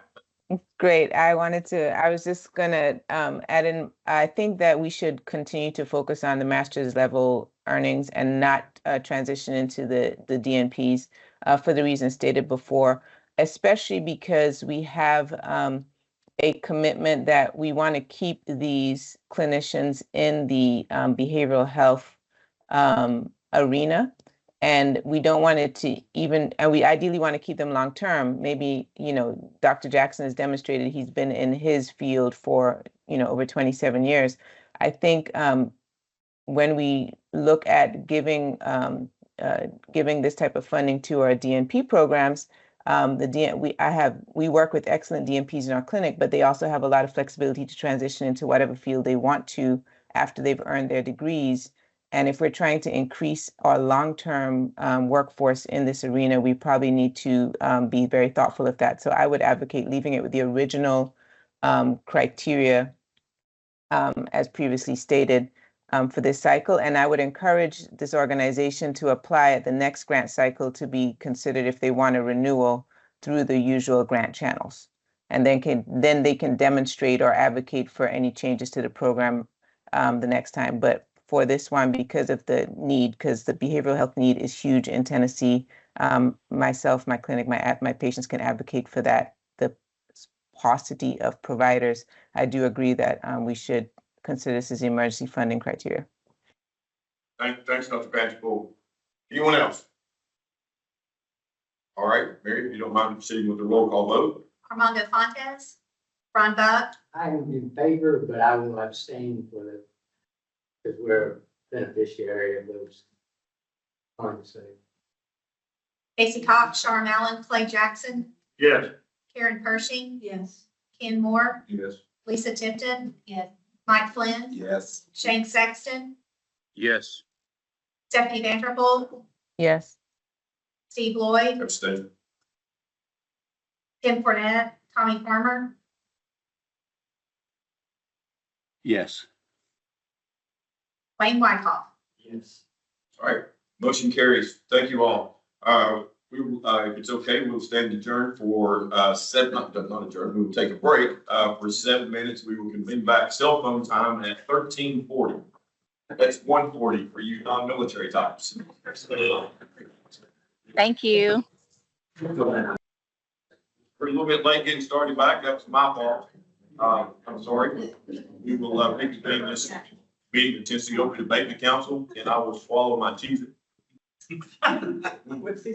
All right, John, Community Grant Cycle 1, updates and issues. So good afternoon, everybody. I just want to take a few minutes to share some updates about the Cycle 1 of community grants. This first slide here is just a summary of the Cycle 1 grants. This information hasn't changed from the previous meeting, with the exception of 113 grant awards. That was previously 114 grant awards, and that's been reduced by one due to the removal of the UT Memphis grant. Everything else is the same, so I'll just move on to the next slide. Next slide, please. Thank you. Of the 113 grant awards, I'm happy to say that we have fully executed a total of 110 of those grants. So at this point, we only have 3 more grant contracts to execute. And I'm very hopeful that we will get those completed within the next 2 to 3 months, probably much sooner than that. Also, a total of 91 grantees have returned their outcomes reporting plan and template today. Next slide, please. The information here highlights the total grant payments, community grant payments, as of February 26th. So a total of 338 invoices have been received as of February 26th. The total amount paid and or payment is in progress stood at a little over $10.3 million as of February 26th. The good news is that as of Friday, that number has already had increased to a little over $11 million. So as of Friday, we have about a little over $11 million in invoices that have been paid or in the process of being paid. And actually, I think the total number of invoices stood at a little, just 390 invoices as of Friday. So that's, good evidence that we are getting invoices, entities are invoicing, but we're also getting those invoices paid, and that's definitely one of our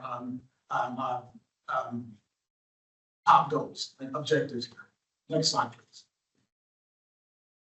We have one grantee that I wanted to bring to the council for consideration for a motion.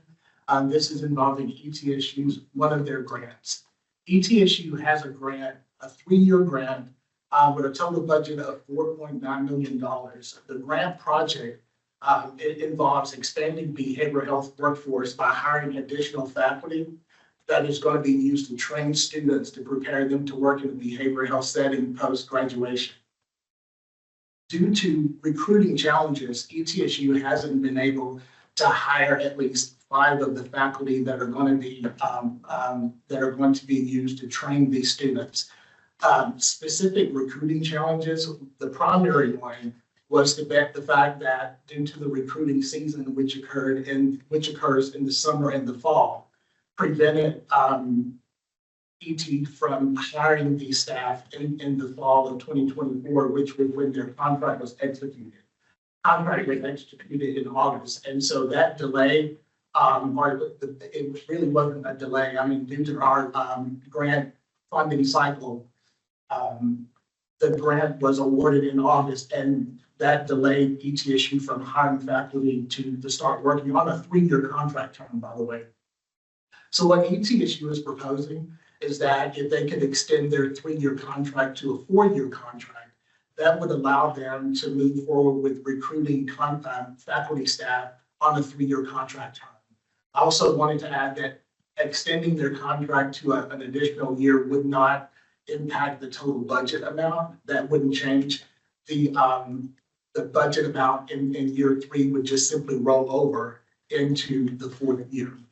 So at this point, I'm asking the council to consider a motion to extend ETSU's contract to a 4-year contract.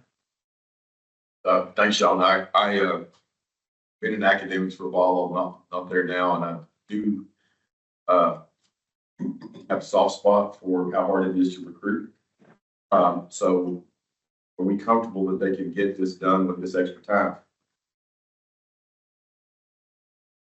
That was a question I asked them, and so the alternative is, well, let me just back up, because they did tell me that they have already started to recruit staff now, even though it's outside of the recruiting season of the summer and the fall, and they have made some progress.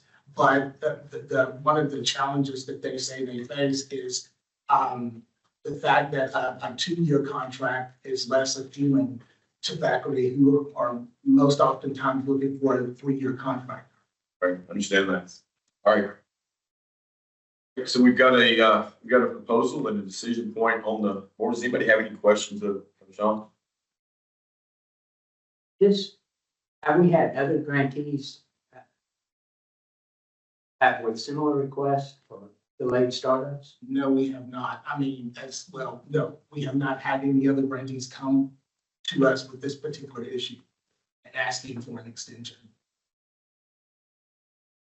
And there wasn't much delay from what I'm seeing, so it would have been a lot of start date, and their contract was executed in August. So I guess I'm just a little bit miffed as to why they're asking for an extra year when they knew the contract term period would go back to July 1. A large institution like that, they should have been able to go ahead and start recruiting, knowing that they were getting the contract. I mean, that's my personal. That's Karen. Ms. Tipton. That I didn't know if there is an income like an income equity amount they have to stay within during each year of the contract, or if they have the flexibility within the salary line item to make the offer more attractive for the 2 years, because they could, increase the money incrementally on a 2-year contract and still stay within the term of what they're saying. If that's allowed. I don't know. That's something I could take back to ETSU, so just make sure I'm clear to make the 2-year contract more appealing. Yes, I meant allowable by us. Oh, okay. If that's allowable by us within the salary line items, you could just enhance the salary to reflect its figure. I think that's probably something that we could do in terms of a budget revision. Yes. So let me ask you this, Sean. What if we don't take action on this, or we don't get a motion? What happens? Well, I did ask them to be, looking at an alternative plan in the event that the council did not approve that motion, and that's something that they're looking at, and which would be offering these faculty staff a 2-year contract. But, I think, making your point is that we could definitely look at, making some adjustments to their budget that would allow them to increase, the budget line items for the faculty staff, if it's going to be on a 2-year contract. We can look at that. Thank you. All right, so you had it presented to you. Does anybody want to put forth a motion?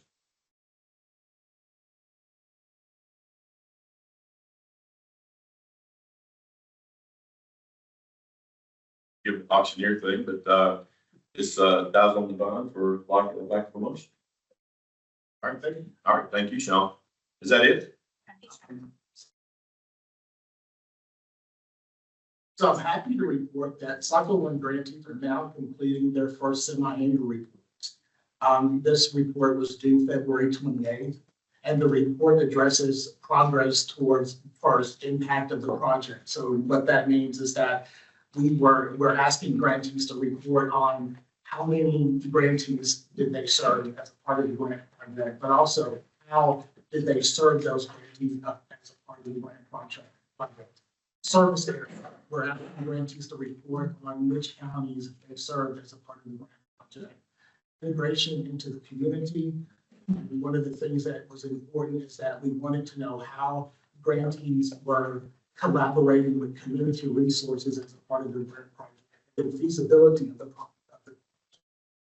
Specifically asking what were the successes and the challenges of their grant project business plan or management. And then finally, there's also a semi report where the grantees can submit their outcomes reporting plan. Any questions? Program monitoring updates. So as of now, we are finalizing all of the program materials for the program monitoring plan. That includes a pre and post site visit survey. The pre-survey is actually something that will go out within 30 days of our scheduled on-site visit. And then there will be a post-site survey as well that will go out to the grantee within 7 days of our site visit. And we're completing the site visit monitoring plan template, finalizing that in addition to the summary of findings template. And so what we are aiming to do is to make these templates mirror as much as possible to the fiscal monitoring plan, just to make this less burdensome for grantees. The targeted group, again, is going to be the grantees with a 1-year contract, which is a total of 5 at this point, and grantees within one grantee that we'll be looking at during this first round with a 3-year contract.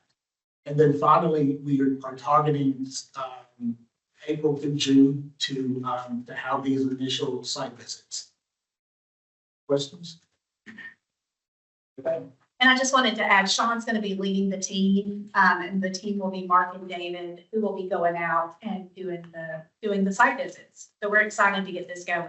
Yeah, this is actually something that, I'm really excited to do. I mean, when I was at the department many years ago, back when TennCare carved out behavioral health services, we did site visits across the state and really was an opportunity, and this is what we will do this time, is because what I'm hearing that's happening in the fiscal monitoring side is that grantees are very excited to show us and tell us what they're doing with their grant projects. And so I'm very excited to get out and connect with the grantees and learn more about the project that they have. Very looking forward to that. So updates for the fiscal monitoring. So far as of December, we've completed a total of 5 fiscal monitoring site visits, and we have 9 site visits scheduled between March and May. So of the 5 site visits that we've completed so far, there were no findings. Very good, no findings at all. Only 1 concern, 2 discrepancies, and 7 recommendations. And so all of the 119 have site visits either completed, well, that statement needs to be updated. All but one year grantee either has been visited already or we've scheduled, and we've got 1 that we're still actually working to get scheduled. And then several 2-year grantees. And I believe there's 3 grantees that with a 3-year contract that were identified as a high risk that we are also working to get scheduled for a site visit. Thanks, Sean. Anybody got any questions for Sean? I'm sorry. Anybody got any questions for Sean? I love the fact that those contractors, we were down to 3. Down to 3, and actually of those 3, 2, we've already identified the challenges that were keeping us from getting the contracts executed. So we have a clear path forward in getting those executed. And like I said, I think we will definitely have all 3 of them done, and definitely by our next quarterly meeting. Thanks, Sean. Here. All right, next up, community grant cycle 2. So Sean just went over cycle 1, which were the grants that have already been awarded. Cycle 2, those are the applications that just closed, and now we're getting ready to score.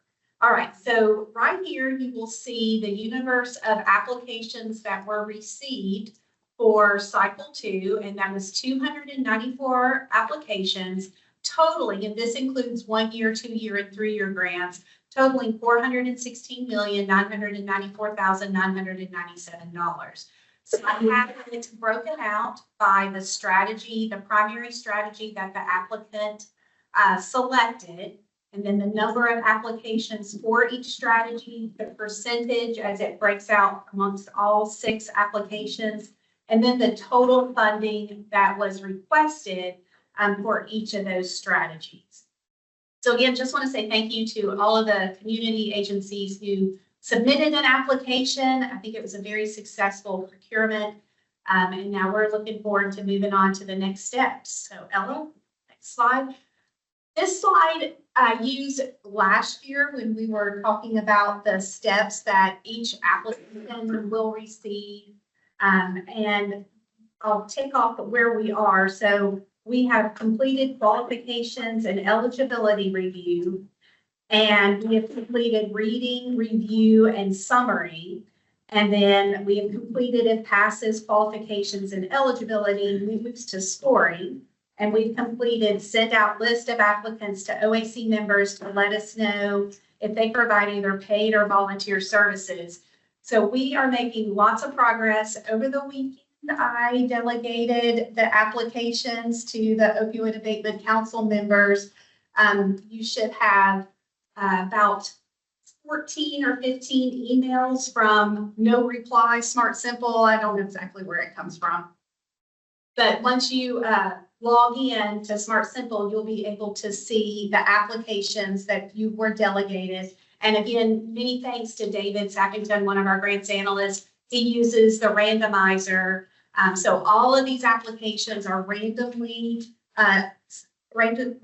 assigned to the Opioid Abatement Council members, taking into account the conflicts of interest that the Opioid Abatement Council members sent to us. So within that email that I've sent it, I think we've sent it out a couple of times. There's a video that I've recorded walking you through the Smart Simple scoring process, along with a step-by-step guide that I have. Screenshots from Smart Simple. I'm going to be your contact. So if you have any questions or concerns or get stuck, just text me call me, email me, let me know what your question is. So then we're going to be having the review by the OAC. Oh, sorry. Now we're at the reading and scoring. So reading and scoring by 3 people. So Mark and David, the grants analyst, they had the application split 50-50 between them. Sean is doing what Sage did last year. In other words, all of them. All of them except for, but he has one conflict of interest. So except for that one. That's right. So Let's get that clear. 293, you'll be reviewing and scoring 293 applications, and then 294 applications are divided equally amongst the 14 members we has saved from scoring the applications. So the plan is to get this done in the month of March. So to have all of these applications scored by March 31st. March 31st. Say that one more time. March 31st. And I'll be watching Smart Simple and keeping an eye on that. Don't you know it? Okay. And then you can move on to the next slide, just a little bit more detail into how we've done this. The qualification review, the eligibility, reviewing the applications. This was a team effort. Sean, Melissa, Mark, David, and myself, we looked at all of the applications and ensured that those that met the qualifications and eligibility then moved on to receive a summary and then for scoring. Okay, next slide. And this is the scoring. I've just went over this. So this is who is scoring all the applications. Okay, any questions from the council members on where we are right now with cycle 2 applications and scoring? Again, let me know if you have any questions. And if you don't have anything in your inbox, please let me know. Sean helped me out and let me know that they were coming through on Saturday. Okay, next slide. We alluded to this, but so cycle 2, this is what was approved by the Opioid Abatement Council on July 31st of last year, which was $20 million, a total of $20 million for awarding grants per year with a max total of $60 million. Okay, go to the next slide, please. And in talking with Melissa, based on the additional payments, such as from Kroger and other Attorney General office predictions, the trust fund has gained an additional $31 million. So she has recommended that we can increase the total yearly award by $5 million and increasing the max total for 3 years award at $75 million. Next slide, please. And so I'm coming to the council to ask you guys if you'll consider a motion to approve the revised cycle 2 budget. So moved, Vanderpool. So I got a motion to approve the cycle 2 budget by Dr. Vanderpool. A second by Karen Pershing. Any discussion? Hearing none, Mary, would you proceed with the roll call vote? Armando Fontes, Brian Buck, Yes. Casey Cox, Shar Mellon, Clay Jackson, Yes. Karen Pershing, Yes. Ken Moore, Yeah. Lisa Tipton, Yes. Mike Flynn, Yes. Shane Sexton, Yes. Stephanie Vanderpool, Yes. Steve Lloyd, Yes. Tim Burnett, Tommy Farmer had to drop, Wayne Wyckoff. Yes. Great, thank you guys. Okay, got a few more slides on cycle 2 as we are getting into preparing for how we are going to select the grantees. So just a reminder back to how we selected for cycle 1.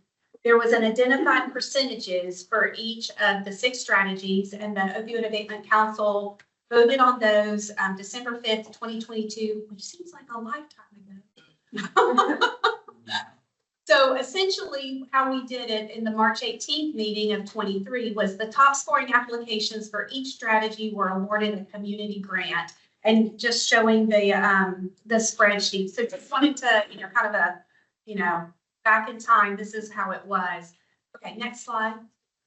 So prior to the announcement of funding being posted, the Opioid Abatement Council voted and approved on July 31st of 2024 to encourage applications which address primary prevention, harm reduction, treatment, and recovery support, and to encourage applications where multiple local agencies and or counties collaborate on one project. So that's the front end. Y'all voted to encourage those. So how's being followed through with this on the back end? So if you could go to the next slide, please. So there are a couple of proposed additional cycle 2 selection criteria here. The OAC office has reviewed these encouragements and have drafted these proposed selection criteria. So I'm going to take the first one, the top bullet first. To address the encouraged strategies, the percentages for primary prevention, harm reduction, and recovery support to increase these. So if we can go on, we'll come back to this slide in just a minute, Ella. If we can go to the next slide. Actually, are you able to just show the slide? Sorry. Yes, there we go. So the orange on the left-hand side is what the council approved for cycle 1. And for cycle 2, the kind of the green is, I was just playing with the strategies to see if we could take percentage points from education and training and research and evaluation. Okay, so now if you could go to the Excel spreadsheet. So as promised, so we're going to be working on the one on the yellow, since y'all have approved the 25 million. This is currently reflecting what is in your PowerPoint right now. What I kind of messed with, but if y'all want to put, let's play with this a little bit, Ella. Let's move primary prevention to 25. And then we need to take away, let's say take away treatment to 35. So you can see Melissa has made an Excel spreadsheet for us so that we can play around with the numbers. So we take it back to what it was, 20 and 40. So what I'm looking for here is if you guys want to change the percentages for this to encourage the applications, or do you want them to remain the same? What would you like the percentages to be? So when we first started this, I'm sorry, Stephanie, I'll get to you in 1 second. I'm so sorry. I think Karen Pershing is the one who went through and did that grunt work that was unbelievable, where we came up with our percentages. And we kind of eyeball it, and I told you all we use the swag method, right, which I'm good with, scientific wild ass guess, and that's okay, that's close enough. But we also wanted to have some ability to change it as we go forward, and so it's kind of what we're coming to you with right now to ask, do we want to stay the course? Do we want to change it to try to incentivize applications or not? So I'm sorry, Dr. Van, the floor is yours. Thank you. I was just clarifying, is this you said to incentivize applications, but this is for cycle 2's applications, which you've already received, correct? That's right. So the council voted to encourage these applications. So the question is, since we've encouraged those applications, do we want to offer more funding for those applications? Got it. Okay. I just wanted to be clear that we were talking about cycle 2 funding, not cycle 3. And then the other thing I wanted to clarify is the 25 million is literally just what is to be awarded within the first year of cycle 2's funding. So there's additional funds. We've discussed this in a previous budget conversation. That 25 million is just the first year of cycle 2 funding, and then up to 3 years, there's additional funding to account for the remaining year 2 and year 3 components of whatever program has been granted, correct? That's right. Thank you.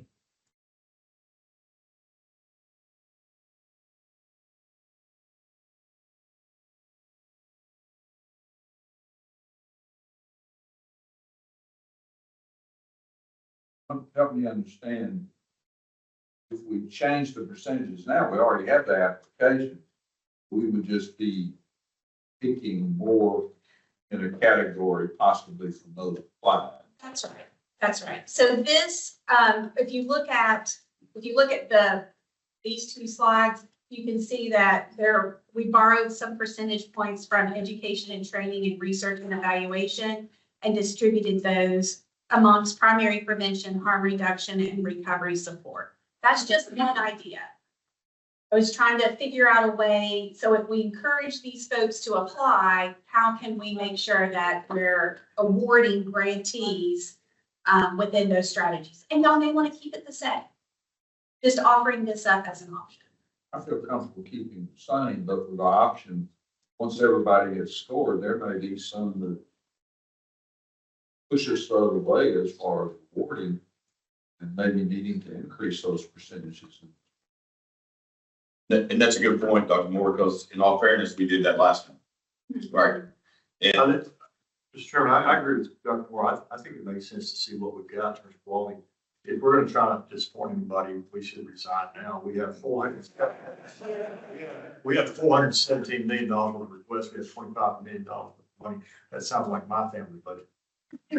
So there's just going to be some people that don't get awarded. It's sad. I'm just hoping that less of those people be West Tennessee, because I got to drive home down I-40. look, we try to keep it safe, like, and I agree, we do have precedent for that because we did it the last cycle, because we didn't, I was trying to remember if it was research that we were lacking in, and we had some other quality applications in other areas, and we moved it on the spot. So I tend to agree with Dr. Moore. Claudia. Will you go back to slide 27? There's a second part of this. So for addressing collaboration during the selection process meeting, so where we will have the spreadsheets of all of the applications with their scores. If it's a collaboration application, then I can simply highlight that agency like yellow or green, or make a C next to it or something so that you'll know that it's an agency or it's a collaboration amongst several agencies. Is that something y'all are interested in? Yes. Do you want to just tell me that, or does this need to be in motion? I have a quick question on that also, Mary. Regarding the collaboration, what if one component of the fund or one applicant on the collaboration has a stronger application than the other applicant on the collaboration? How does the collaboration? So it's one application. So it'd be like, okay. So it's one application that's a collaboration between multiple organizations, and you want to highlight that this is multiple organizations working together for this particular application. absolutely, that's correct. Got you. Thank you. You're welcome. As this is presented up there, Mary, we would have the flexibility. You're going to highlight it when we see it on the score sheet, spreadsheet. Right. And then we can decide based on where they were in there that we wanted to give extra consideration across the degree of collaboration. Okay. And I'm happy to do that if y'all want to make a motion to do that, or if y'all don't want me to do that. Well, we've talked about collaboration since we first started this process. July 8th. I wouldn't think this requires a motion any more than score or identifying, what's in Weston, what's in each of the grand divisions. This is part of our process of evaluation. We're not formally giving preference to any of these. We have stated across multiple meetings, we want to encourage collaboration. If we're just noting that it is a collaborative application, if we want to weigh that or not weigh that, I don't think this rises to the level of emotion unless our peer folks have you too. I don't. Okay, cool, great. Okay, let's go to. That would be the first time I've ever been in a meeting where a lawyer didn't have anything to add. All right, thanks. Enjoy that moment. We'll let's go back. Next one.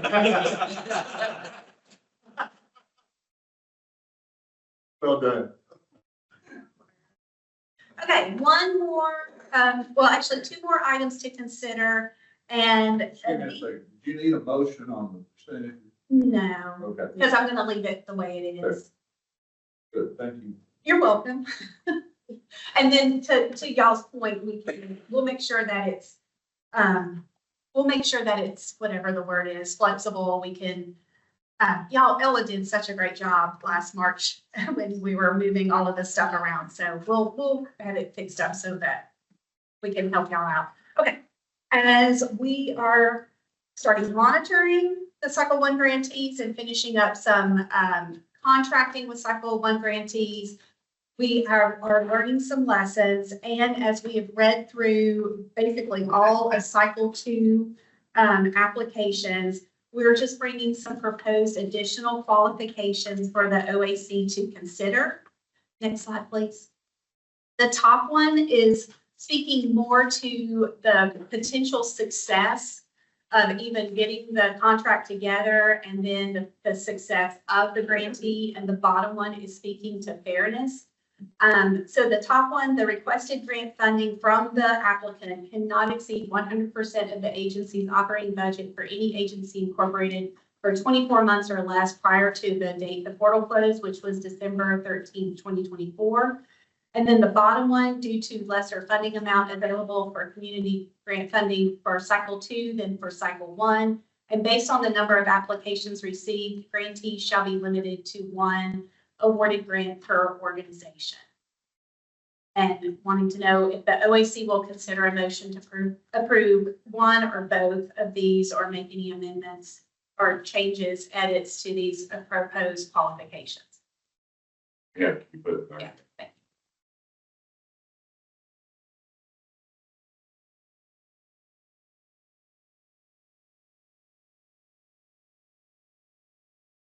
Mr. Chairman, Dr. Jackson. I propose we take these separately, and I will move for the first item.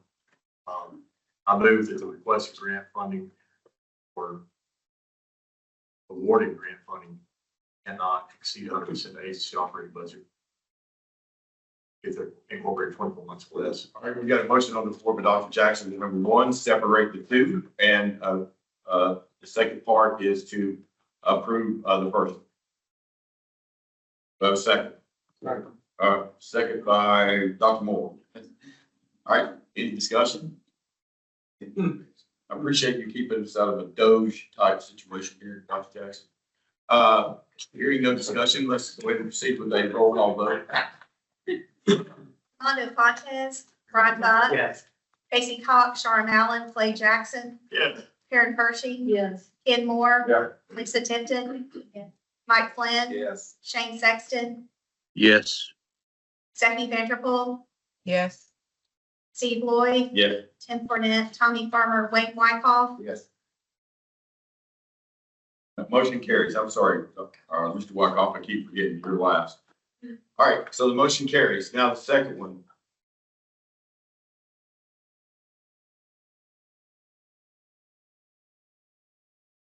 I'm particularly excited about the second one.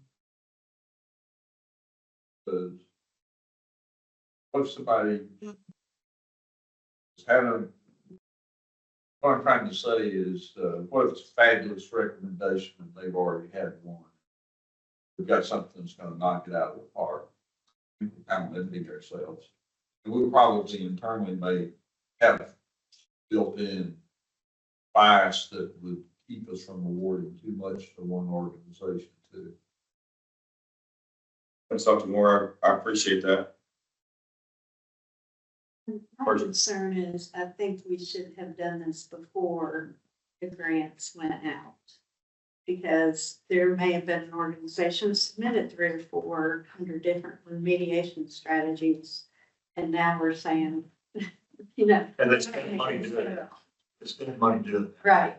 Like, if we're gonna make this rule, we probably ought to do it for next cycle. I think this needs to be a topic for discussion at our next meeting because we will be allocating funds hopefully by then. And we can talk about what we're gonna do for cycle 3. So I agree, coming back after the horses left the barn, I think is a little tough. I appreciate the comments. Anybody else? I think this is kind of like collaboration. We can always weigh that in our minds if it's close. Okay. If 15 points separate two things, I think you vote for the higher score. If they're close and we awarded last time to somebody else, or we've already awarded a grant to them, I think we consider it. It's, to me, this is a nudge issue, not a blockout issue. One of the hard things I learned about CARF visits and joint commission visits is you never want to write regulations yourself that are tougher than what they're asking for, particularly ones you can't live up to. And this one kind of makes me a little nervous around that regard. That is all I've got. Well, I want to make sure that the flavor, I don't have anything that wants a motion to approve this. I want to make sure that at least give the opportunity. All right, so hearing none, we can move on. We are done with our content. All right, outstanding. just a couple of things before we get to public comment. One of the things that, trying to talk about since we started is a recovery-oriented system of care. So no matter where you touch the system, you get the help that's right for you. And that's a difficult thing. And one of the things that I've seen prevent this in state after state is not knowing what you have where. I know this sounds ridiculous, but I can promise you it's true. And so in West Virginia, we made each legislator a one-pager on what they have in their district. Here's what you have for quick response teams, treatment centers, outpatient treatment centers, OB map, which is what they call MAT. All right, every single one of them, we did that for. We had the data to be able to do that. And it dawned on me that we don't have anything like that intensity that I know of. Now, I know the department does some stuff. But when I look at the function of this council, we have a skeleton of a system that has been put in place by the department through the years with state funds and allocated federal funds. What we're looking at is how do we leverage what's already there with what we're able to bring in and put together a system of care. That's kind of how I looked at this when we first started thinking about it. So I'd like to ask our staff this. It's a long-winded way of asking this. I'd like to see that. I'd like to see what we have funded where within the department, and then through these two grant cycles, what have we funded and what does that look like? I don't know if that's possible. Yes, I do. Because I want to be able to point to it. You know, one of the things I've learned when I've done this otherwise is there's treatment deserts out there that I didn't know about because I didn't look. Or, you got one county in West Virginia that we got 25 million resources in that county. There's 54 counties that got anything. All right, and so I want to look at that. I think it can help us a little bit because there may be times as we go through this, because it's an 18-year process. Now we're going to be down to 16 years. If you look at that, I mean, there's going to be things arise as we go on in time that we may not even know that needed addressing. We don't know what we already have and where we have it. And then there's also a way for us to incentivize that, where we can put out RFPs for something that looks to be very needed, and that's not happening. I told people that, I do these talks all around the state. I can't submit proposals. I did it at your talk the other day, Karen, in Knoxville. I can't. This council acts on the proposals that we get. We don't go out and conjure them up. It's like people think the medical board are out looking underneath your door. They're not. They work on complaints, right? We work on what is submitted to us. And so I think there's going to be some times that this council needs to know what is where our deserts are, and is there anything that we need a special request for? And that's what I would like to see, if that's okay. Oh, Dr. Vanderpool. Yes, thanks, Dr. Lloyd. So I wanted to say, I believe that's what our SAS partners, information management partners, are supposed to be able to provide us. Is that correct, Mary? Yes. In terms of visualization? Yes, and we're making efforts towards that, but yes. I think I will tell you, though, I do agree with Dr. Lloyd. I think it would be even better for us to have that information if we can put a charge to them to have that information ready before our funding voting meeting, because that way we have an opportunity to address the desert areas if we know about them when we're making our funding decisions. Just a thought. All right, we'll do our best. All right, thanks, Dr. Vanderpool.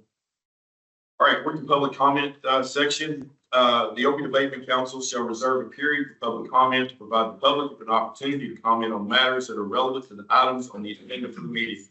At the appropriate time, the chair will open the meeting for public comment. Guests attending in person shall make their intent to speak known, and the chair will recognize the individual. Tell you that we'd like for you to limit your comments to around 2 minutes. I'm not necessarily going to cut you off, but I will.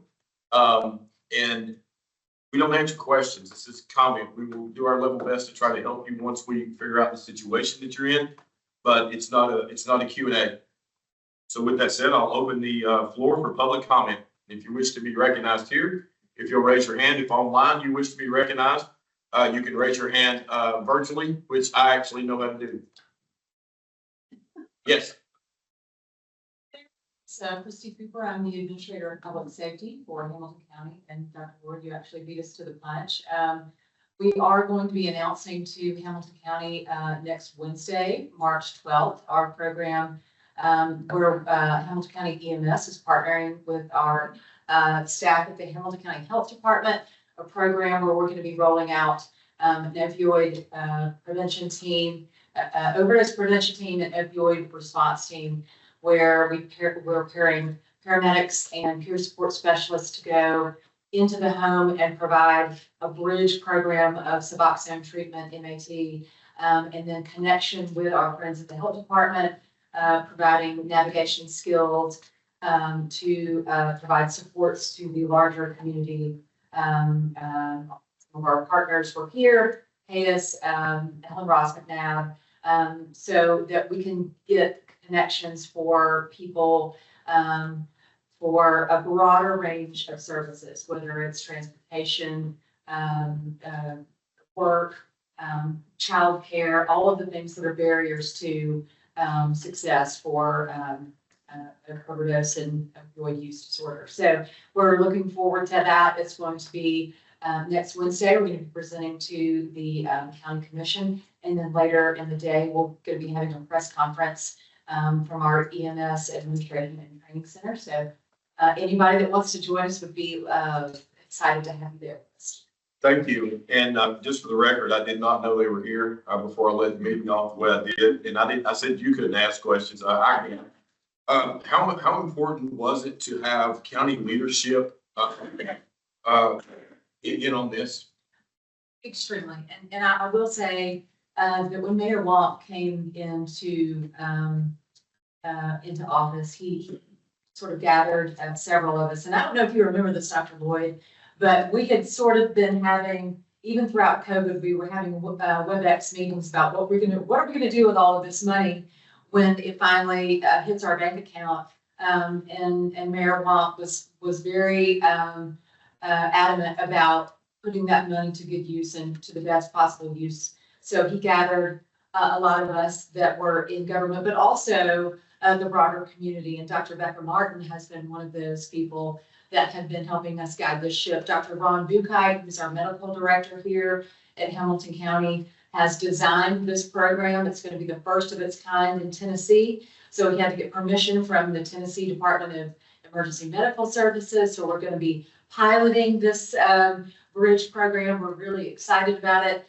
And what we're announcing on Wednesday is to help us promote this program so that we can hire the right paramedics and peer support specialists, because those people are going to be the boots on the ground and really connecting the face-to-face contact with people that are either post-overdose that self-report or are referred to us by our community partners.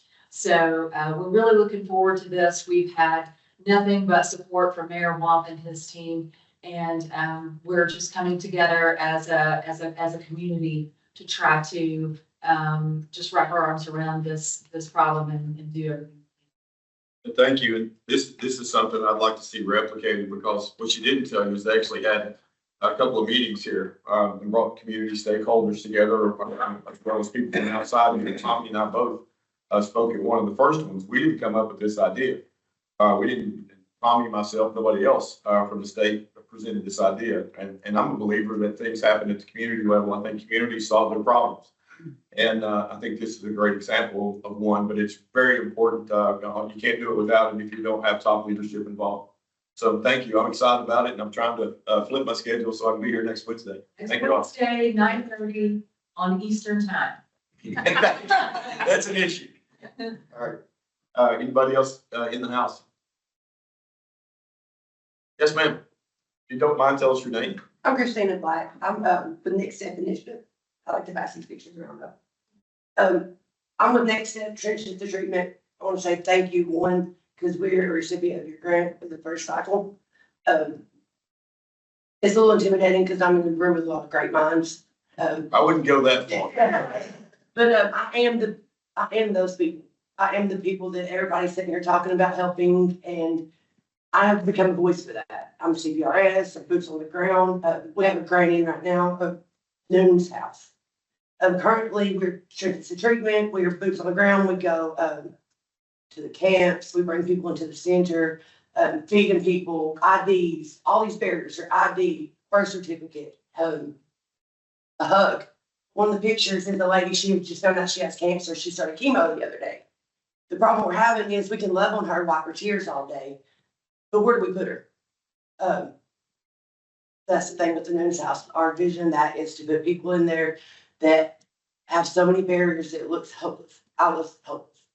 And we wouldn't charge them. I'm so sorry.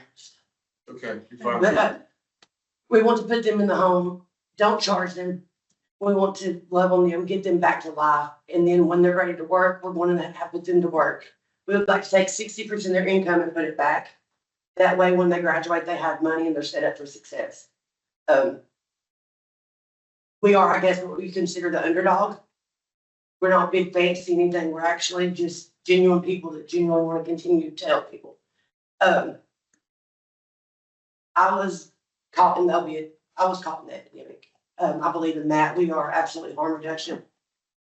But I'm living proof that that does change. That all you got to do is believe in the underdog. And that's really all I got to say is just thank you for the opportunity because it's changed my life. I'm a single mother. I get to work now because of the grant, and we're hoping to employ other broken people. It takes broken people to help broken people. So by opening a Nunes House, it would give other people a chance to have employment as well. No, thank you, and thanks for coming, and thanks for what you do, and I agree. It does take broken people to help broken people. Online, we Elizabeth LaDLC, hands raised. no hands raised. All right, our next council meeting, second quarter, 2025. Oh, all right, Ms. Abby, you barely snuck in. I couldn't speak on you. She said most of it, so I'll be quick. One of the things is, first of all, thank you for that grant. You're saving tons of lives. I've never seen so many people on that from the streets in my life. It's been crazy good. Just thank you. The other thing is that she didn't mention is all the stuff we do for people. We go from just loving you, just trying to build you up, empower you, let you volunteer, do all this stuff with you, and then get you into MAC. Well, the next step, the continuum, would be Nunes House, because they do all this that I just mentioned. Y'all know what I do. I'm here all the time. But we'll do all that, and then there's nowhere to put them. Because if here we go. Yeah, I said this before. If you're in the woods using drugs, shooting up for 7, 8 years, and I'm telling you that's how long some of them have been out here, you're not mentally ready to just jump in from 30 to 90 days treatment into a place where you have to go to work right away. That's how most of the halfway houses work. What we want to do is that savings program she talked about. And I just want to tell you, we had 13 girls, all 70s butterflies, did good. 1 relapsed because of the way the program works. 60%, right? That's good. So we get them all the way to this point and then we're stuck. Instead of going to a halfway house where they're going to fail most of the time because they're not ready, we get them ready for work, mentally ready, all their documents, all that stuff. And we just want that continuum. We don't want to stop here and not know what's going to happen to that person. And our cap is when you get a place. There is no cap. If you don't get a place, we're not putting you out. Thanks, Ms. Abby. Thank you. Anybody else? All right, so our next council meeting, which we will come up with in the usual manner, will be second quarter of 2025. We're gonna have it in the plateau area. That's okay. Been dying to get to the plateau. Tim Fournette is helping us try to find a place. I love this place. I think it's been outstanding. I appreciate our host, but we will get that information to you as soon as we have a place and some options. And I know we'll be getting into summer vacations and all that, but before we adjourn, I want to thank you all for your work. It's hard. Scoring applications is hard. Making this trip is hard. So thank you. I can guarantee you lives have been changed over what we've done, and they'll continue to be changed going forward. With that said, my favorite part of the meeting, I would like to tell you that we're 25 minutes ahead of schedule, which is my only other favorite meeting is the one that gets canceled. I'll entertain the motion to adjourn. So moved by Mr. Wyckoff, seconded by me. Any discussion? We're going to proceed with a roll call vote. Maybe to read that Robert's book again. I made up that last time. I think so. Rhonda Fontes, Brian Buck, Casey Cox, Sharm Allen, Clay Jackson. Yes. Karen Hershey. King Moore. Yeah. Lisa Tipton. Yes. Mike Flynn. Shane Sexton, Yes. Stephanie Vanderpool, Yes. Steve Lloyd. Yes. Tim Farmer, Tim Burnett, Tommy Farmer, Wayne Whitehall. All right, motion carried. We stand adjourned.